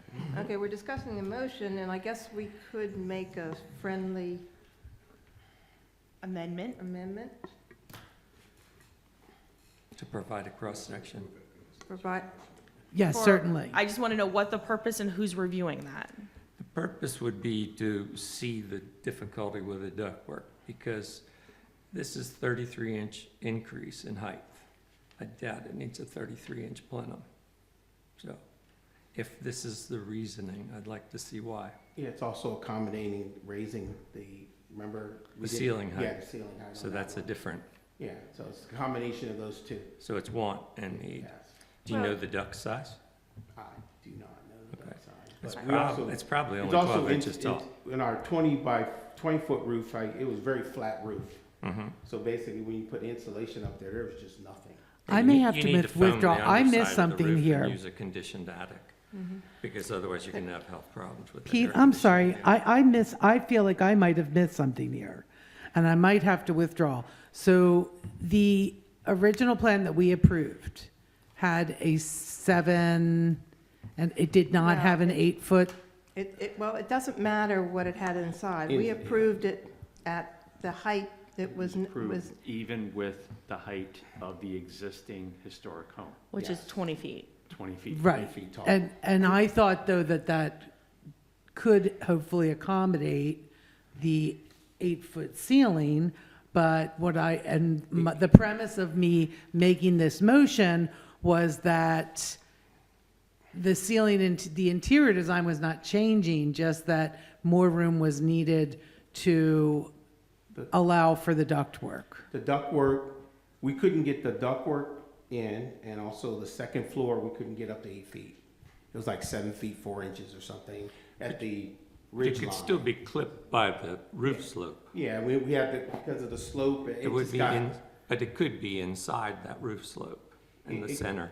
And you could actually do an insulated slab foundation on the first floor and probably only use 8 inches down there and be done with it, but. I guess if we hired you as an architect, and I can't say I would, that's the thing, but the architects we used, and we had a couple of them, we couldn't get this in 20 feet, is what I'm trying to. Yeah, I agree that sometimes you have to be really creative and think outside the box, even doing ductwork around the perimeter and creating a soffit, you know. Barbara, we've been at this for like 8 months.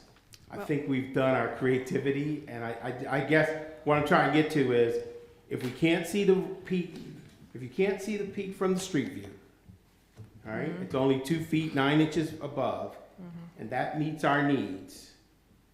And again, it's not gonna create any mass problems because the house is only still 1,500 square feet.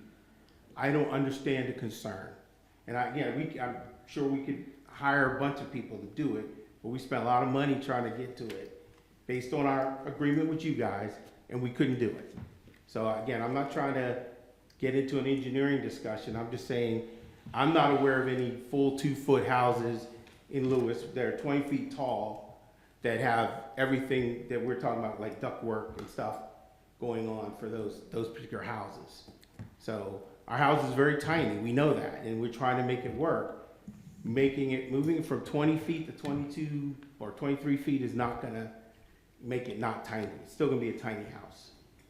And I don't understand any concerns, so I guess I don't wanna keep going back. We've been at this, and I know you weren't here, Pete, but we've been at this engineering wise. It's a tough site. It's a tough location to work with. And this would solve our problem, and that's what we're asking you to approve. So there is a motion and a second on the table. It has not been withdrawn at No, this I'm point. not withdrawing the motion. We can vote on that, yea or nay. Okay, any other discussion? No?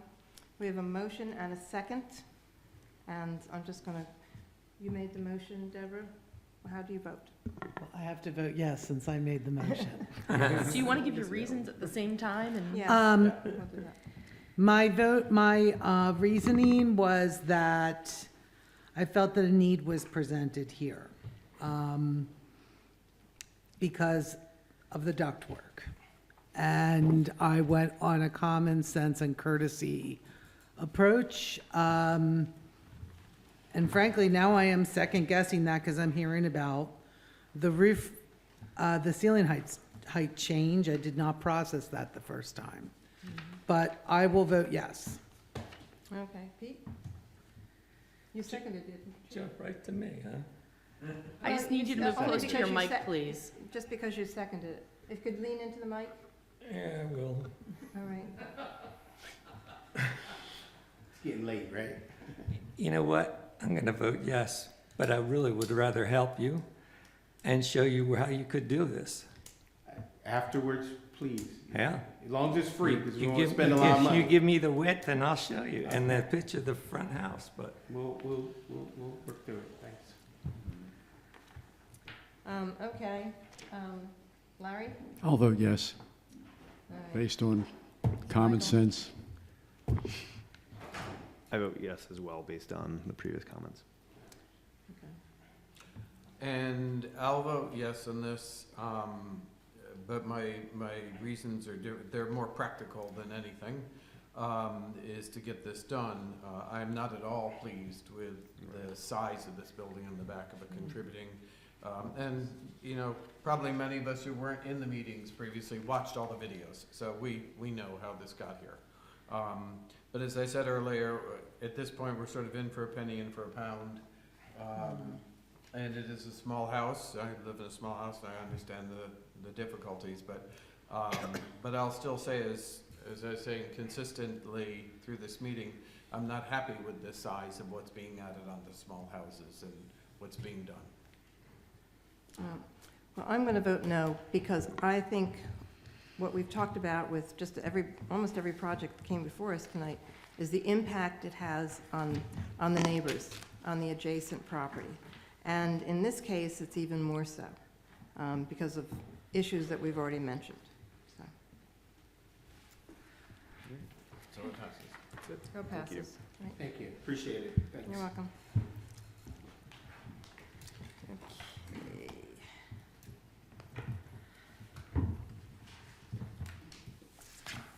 All right. So we have unfinished business. Oh, you want some water? No. I'll take Just all. my asthma. I'll just take it off, and you can drink out of it.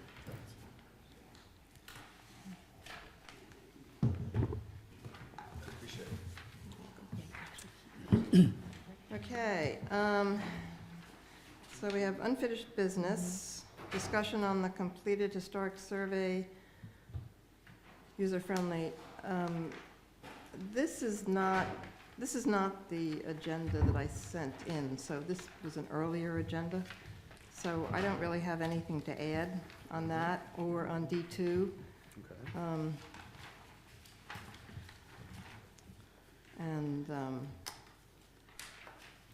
I think bylaws and procedures, did we ever receive the updated, voted on? We need to get you to sign them. So if you could stop by City Hall tomorrow or next week, we can get them signed and we can get them updated, please. Okay, discussion, okay.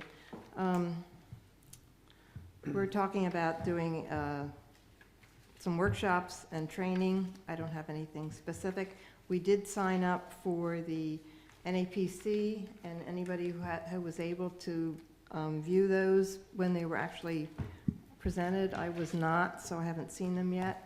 But everybody because I had them register, everybody, including you, Larry, who was undecided. And so just because it was such a good training opportunity, and the city was then invoiced, and they are in the process of paying that. Also included all 3 staff, city staff, and 2 of the city council people, Tim and Joe. Who's So- the third city staff person? Oh, the new person. Oh, okay. They just John, got- John, and Oh, Janelle. right, John, I remember that, thank you. J-O-N, Yeah. John. Okay. Yes. So, and we have until November, I think, to end of think so. November to watch it, and watch it again and again and again. Take copious notes.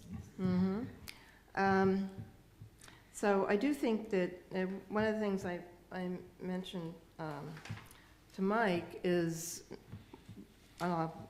since I have all these choices to make on subject matter of talking, is considering some of the good comments that were made, and very interested and sincere comments, as we think about developing modifications to our bylaws. Obviously, we all found out tonight that we definitely need to address many things, is to have possibly an open, I wouldn't say necessarily a workshop, but comments, somehow I have to figure out how, Janelle, you're good at this, to word it, to provide the public to speak about their concerns about the guidelines and the impact to the city. I mean, that woman was very sincere, very concerned. And there's probably a lot of people out there, and they don't see an opportunity. So I don't know how we can do that. I don't have a solution to that. I just see that I think we need to have create a situation. So the good thing is you always have public comment on the agenda, and then we can always create a form about H Park. Tell us what you think H Park should work on. You know, what should we update? Because I think you heard tonight, there's a couple of sections of the zoning code and the H Park regulations that you maybe want to take a look at and start working on. So we can do something like that. But yeah, you always have public comment on the agenda, and we can maybe do like an online form and see if somebody's interested in providing some comments. You know, would that be similar to what we're starting to do at City Council, where we have a meeting? Speak where- in the microphone.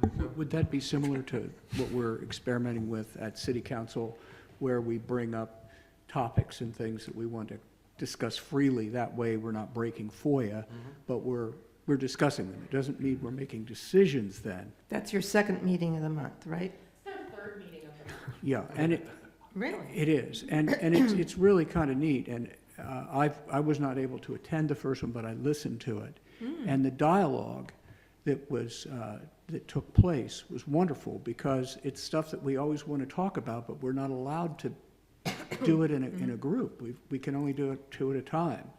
So I thought it was very informative, and you find out many times that you're then on the same page, and then you can't allow the public to speak when you're having your meeting, but they can talk afterward.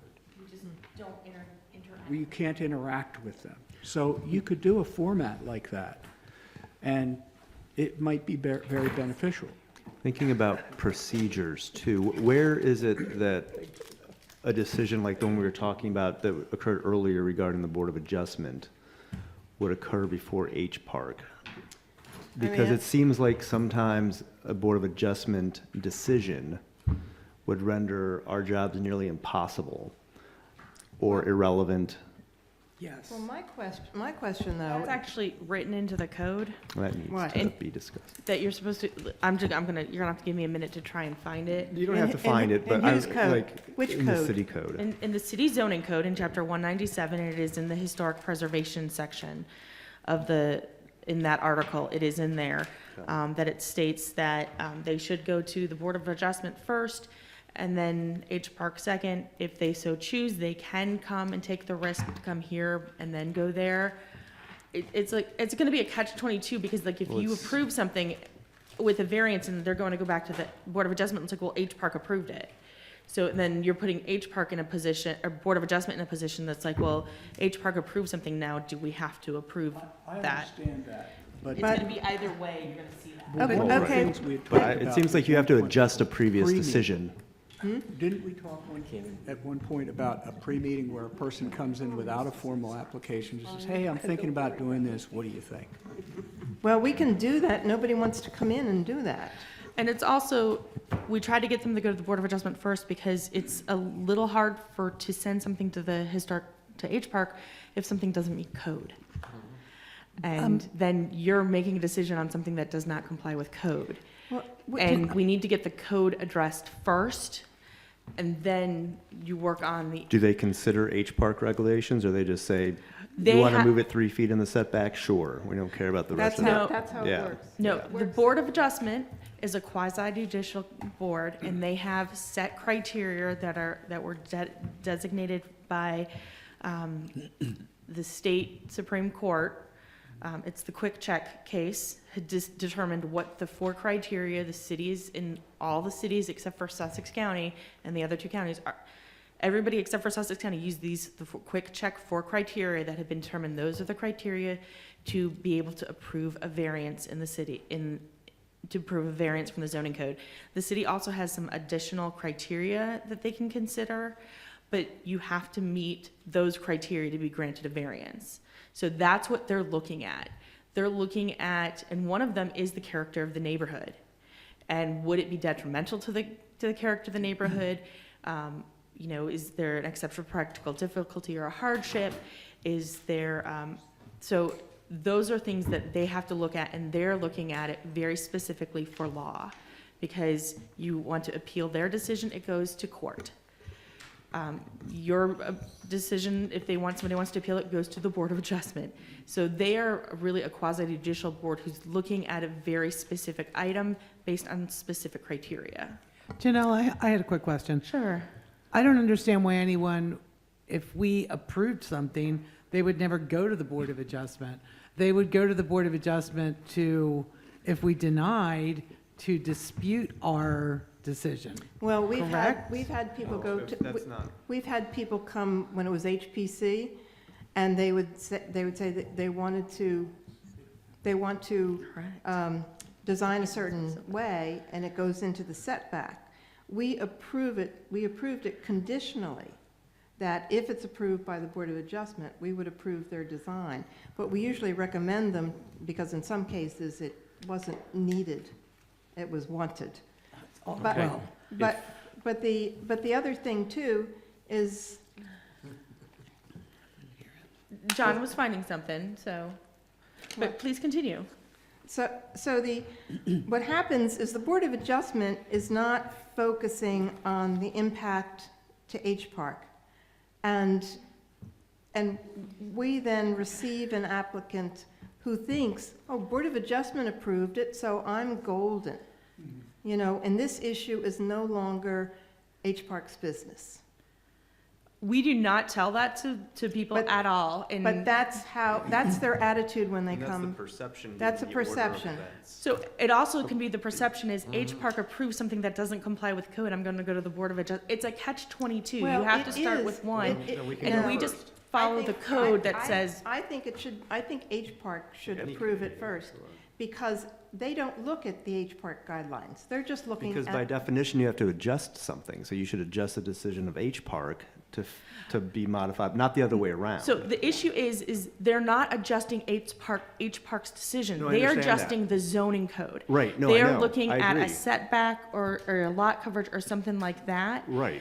And it's not based on a want, it's based on, Hardship. it's based on a hardship and an accessory it's practical not- difficulty. It's usually not a hardship. It's usually a want. This city has made people tear things down. down because they did not comply.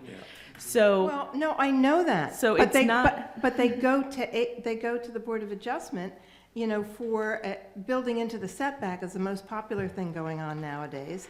And they build into the setback, and they make their pitch, and anybody who's there, they get all their neighbors and friends to support it, and then H Park gets it, and it's sort of a done I deal. think you've done a couple things to address the issue. One, the sign. This sign should be helpful. The, Yeah, but the sign is only when it comes before H Park. exactly, but that paired with the BOA. request to the other department might be helpful. One of the things that you might entertain, and I don't know if it's possible for two groups to talk, but I don't know if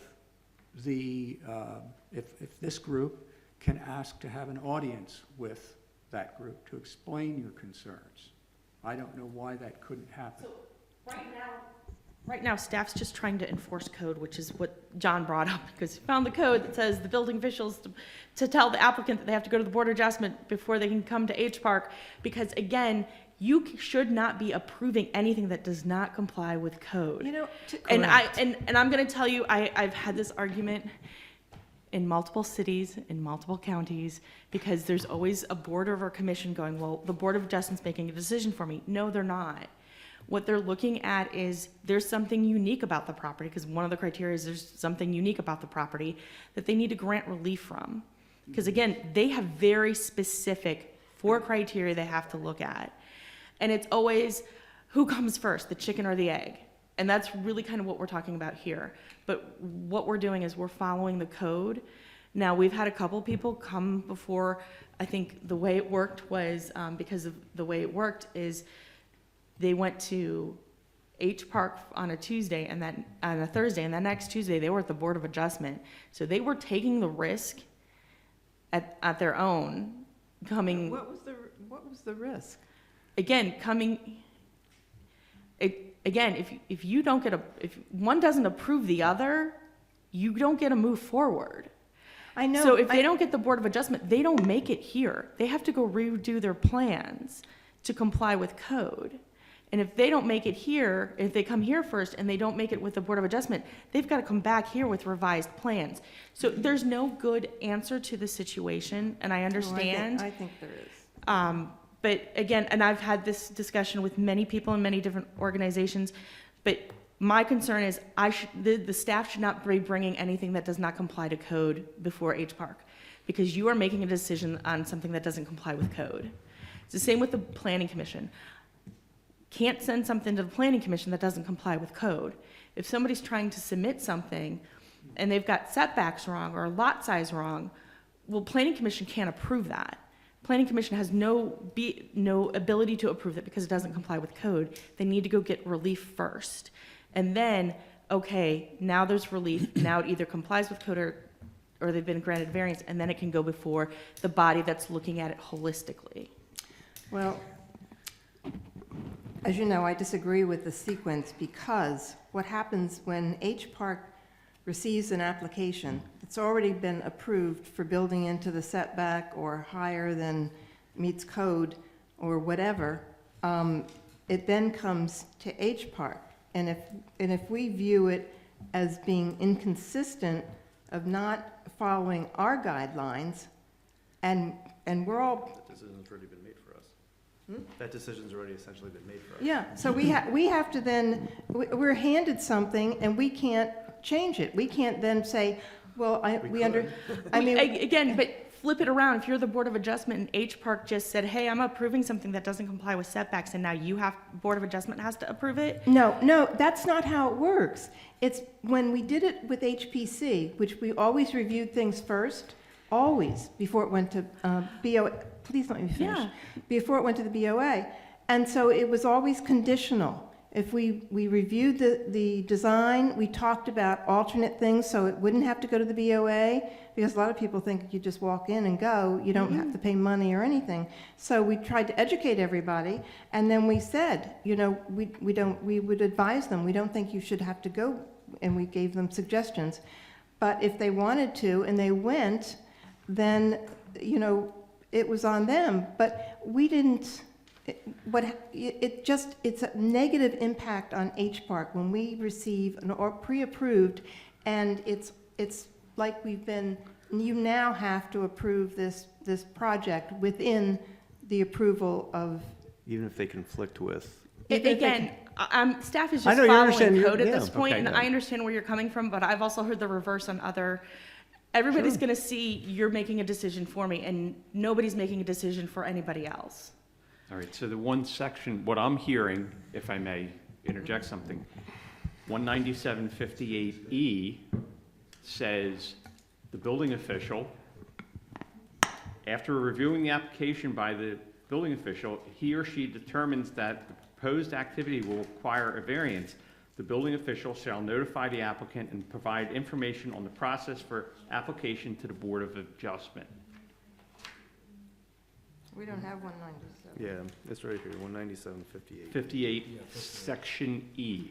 So if the commission feels it should be done differently, that section needs to be amended. So it's 197. Until that happens, me as the building official have to follow this and send them to the Board of Adjustment first. Can you read that, John? What was that? What does it say? 19758E.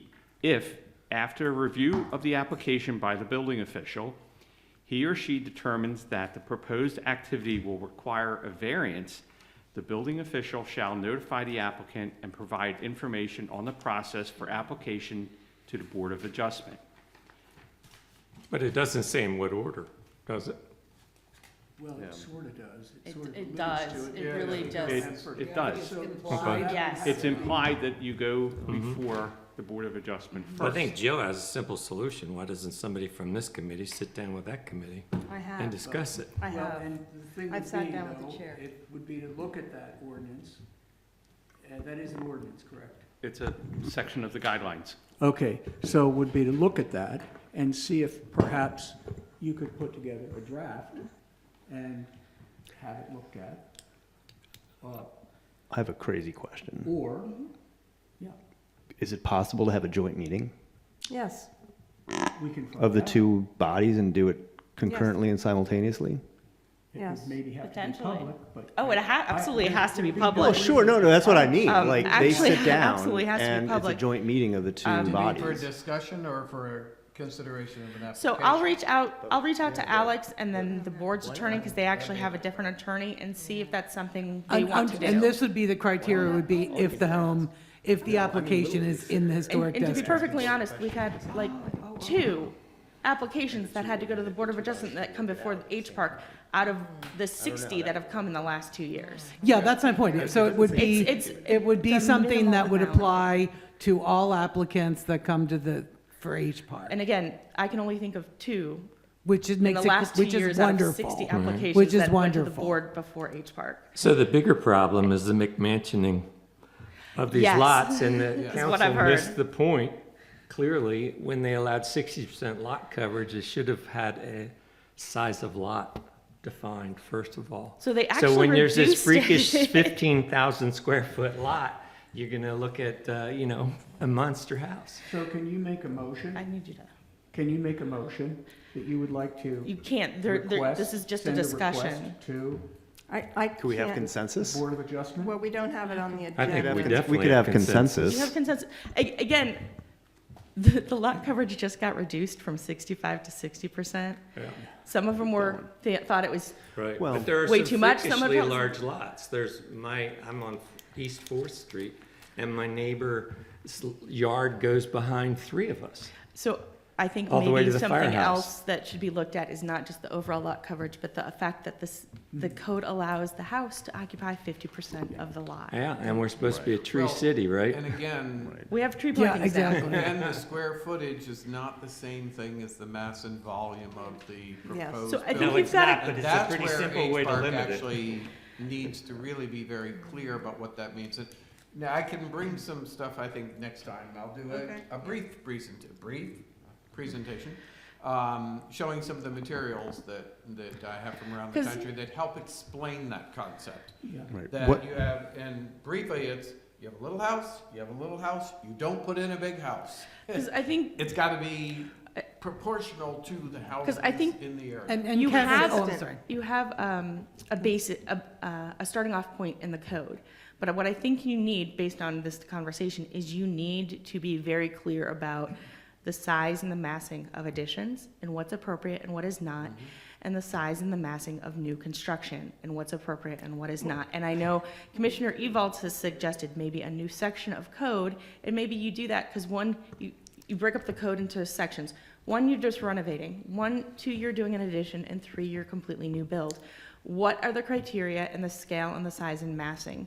So maybe you need to do an addition, but maybe it can't be more than 50% of the square feet of the house or something like that. So you're not, or, I think there's ways to address the scale and the massing. But say you in had your a very guidelines. small little lot, and I don't want to pick on Coleman, but say if it was on Coleman, say you wanted to go in, Well, say how you about we go wanted with to go New in and Road? apply. I got a 30-foot wide She lot on can't New do Road. anything good because question. it's 20, yours is 20 foot wide, right? So And, we and how actually, deep? So there ought to actually be, that would be an action for the Board of Adjustment then. so we actually have a lot, 2 of them, that are 30 feet wide. And the building permit came in today, and the house is 14 feet wide and complies with setbacks. Yeah.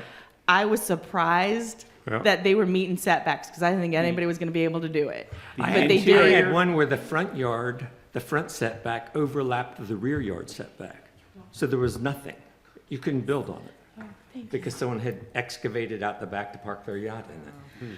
Yeah, we don't have that situation here, but Are we able to schedule something comparable to what Councilman Elder mentioned? I think you mentioned about an opportunity just to discuss things in a appropriate, Yeah, if you wanna- non-FOIA violating way. yeah, so what you do is you'd schedule a special meeting, and it's just for discussion purposes of maybe drafting new guidelines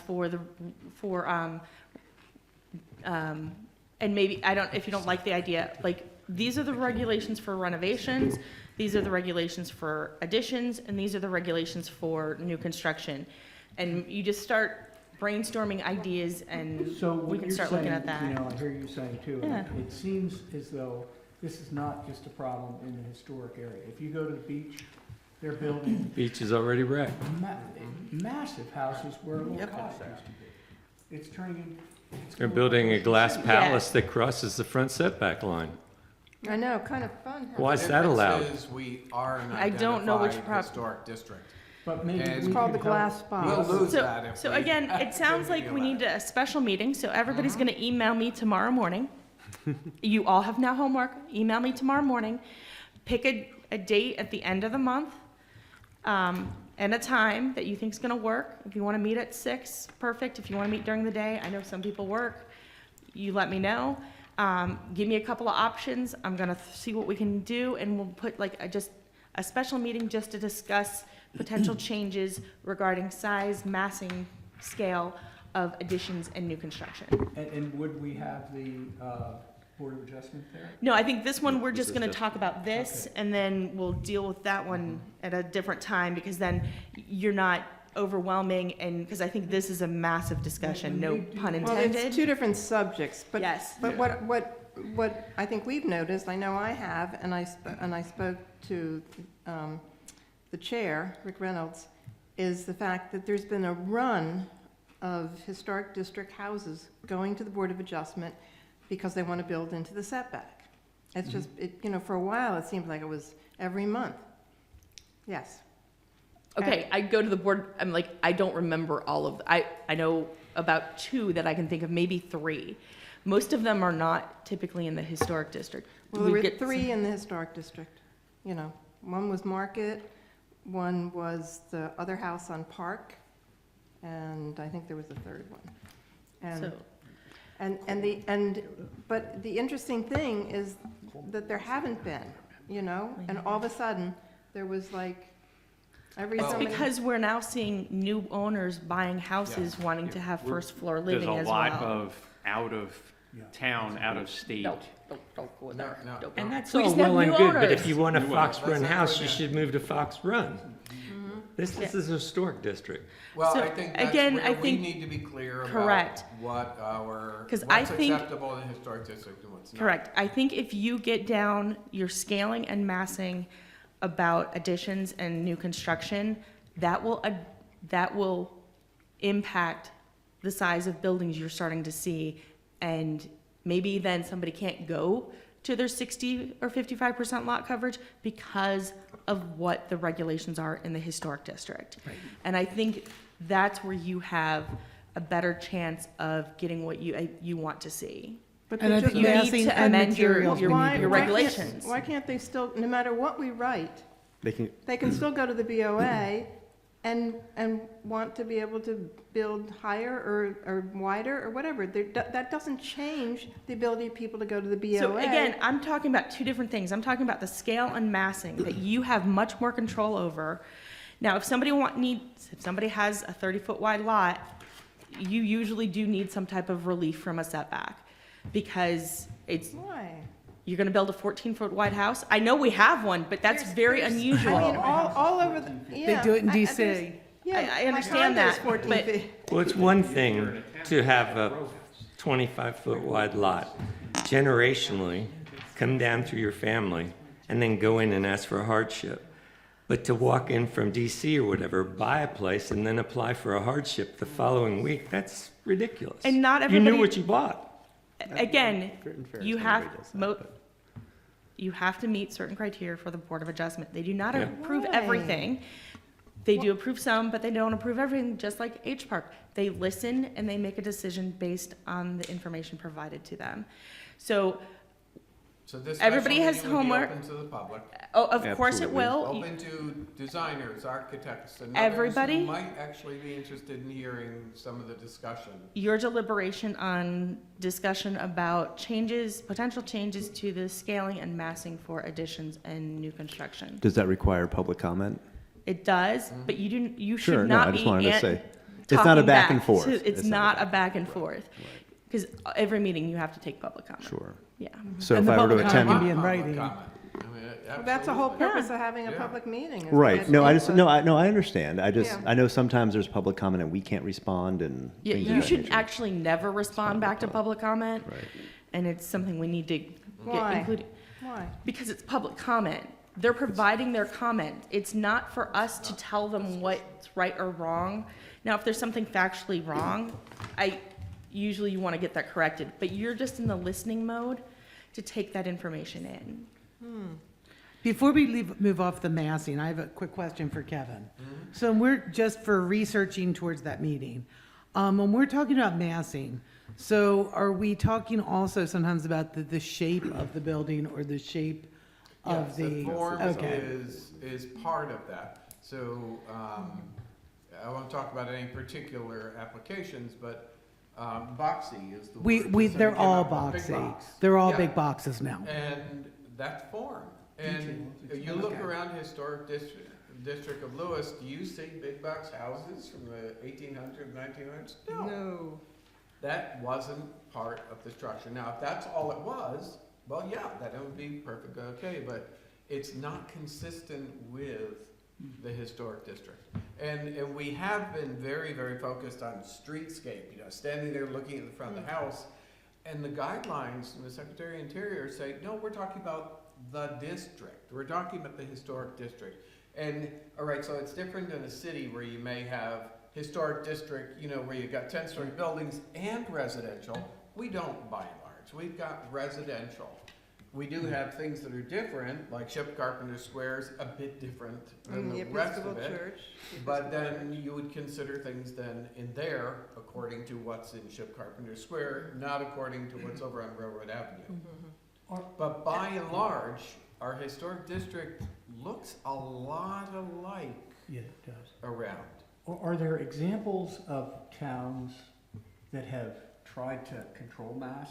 that Yes, we could and make some I, articles about? I've been pulling that together as part of our working on the website stuff. It's like 100 documents, but some of them are very good at developing graphics, and they're all free of use graphics. So they say don't recreate your own.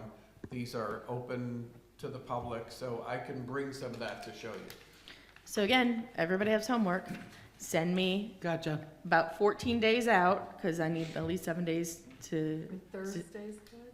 You tell me a date, you tell me a time, give me a couple of options for the end of October, and then I'll start checking calendars, and then if I need to reach out, I'll reach out if I can't get a consensus.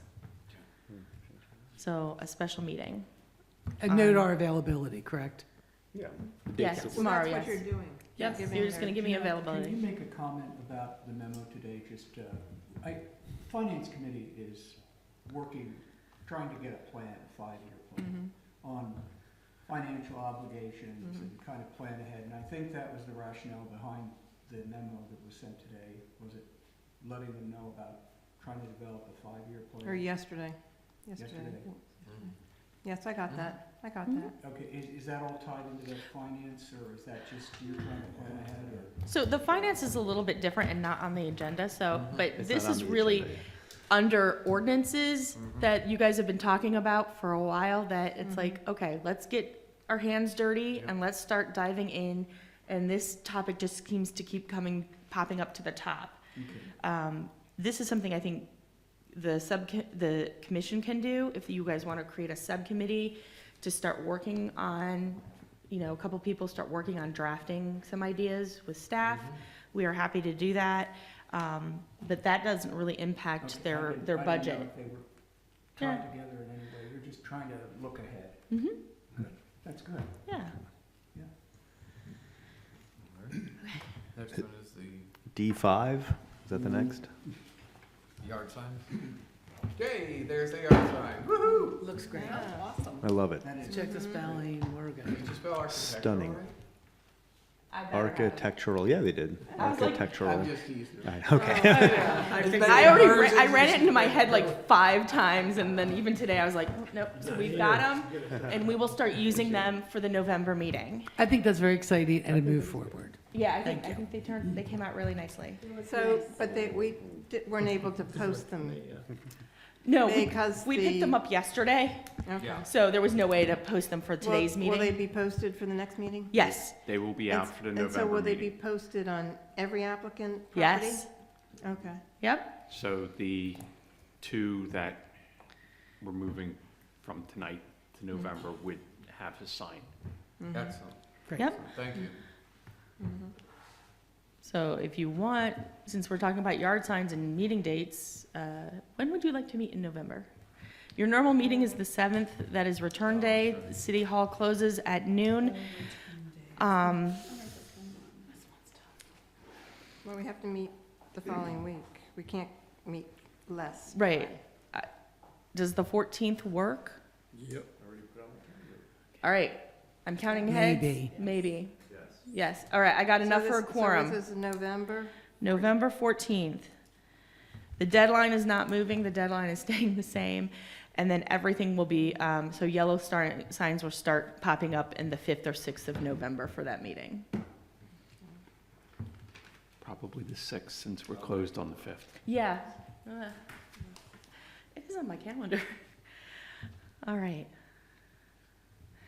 So since Thursdays look good, and we're meeting on the 14th, does October 24th for that special meeting work for anyone? I won't be here. I'm unavailable. I was wondering, I know it's not a Thursday, but 21st or 22nd? 22nd works for me. For the, what, October? The Tuesday. October 22nd. Yeah, I won't be here. We cannot, bike ped meets that night. Sorry. I also have to check other ones. Does the 29th Public work? art meets on the 23rd. Or the 30th? Or the 31st? Well, 31st is Halloween. Yeah, we Yeah, can't we do don't really Halloween. want to do Halloween. Not in, no, in Lewis, we can't do Not Halloween. on King's Highway. The 30th could be done. How's that look for folks? The 30th is the Preservation Delaware meeting in Wilmington. Okay. Anyone Is was that in the interested? morning or is? It's in the evening at the Jewish Community Center at 7. Oh, that one, yeah. The 29th, I can do the 29th. It's a Tuesday. 29th works. Anybody not available on the 29th? No, 29th works. 29th at 6, okay? Yep. All right.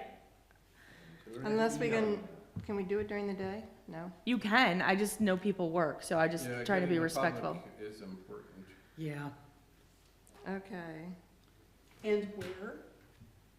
How many? Here? Where? You tell me where you want to meet. If you want to meet here or the council chambers, either are available. I believe early voting will be going on. Here, so we cannot meet here. We have to meet at council chambers. Okay. How many, I'm like- can I ask if you know how many commissions or committees meet during the day versus at night? In general? Well, Oh, no, I've got, the Board of Adjustment meets at 10 o'clock in the morning. Right, Subcommittees usually meet at 1 or 2 in the Right. afternoon. Okay, On the 29th, it would have to be after 3 okay. or 3:30, because there is an environmental subcommittee Right. that has a tendency to And go that's to council chambers?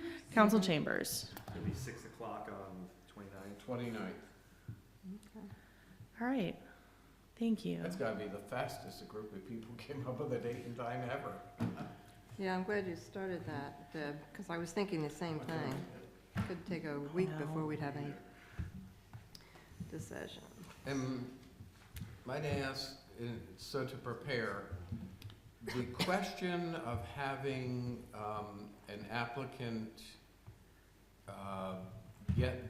get letters or input from their neighbors about an application, how does that get done? Is that got something to be written into code? Yes. Is that, okay, Yeah, that's why we're starting with this, right. because if we accidentally miss one, you can still hear the application.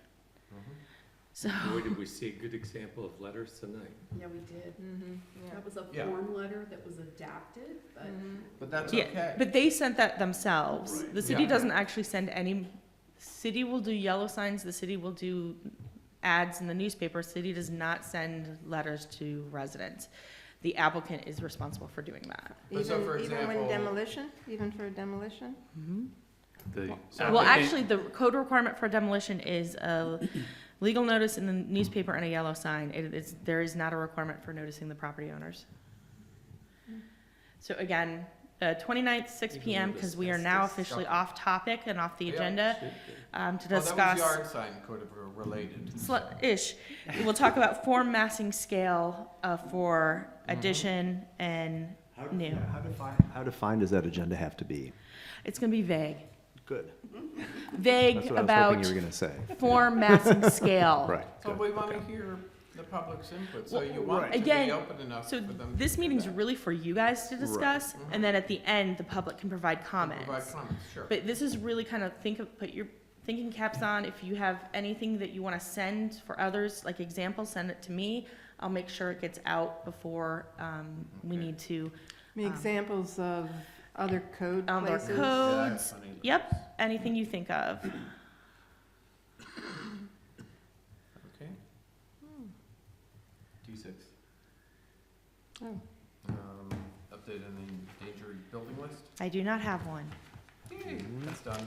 No But new we have, business? we have an endangered building list, though. We do. An unofficial list. There's nothing Not written public, down. We yeah. know we're keeping eye out on several houses, one of which has actually come before H Park.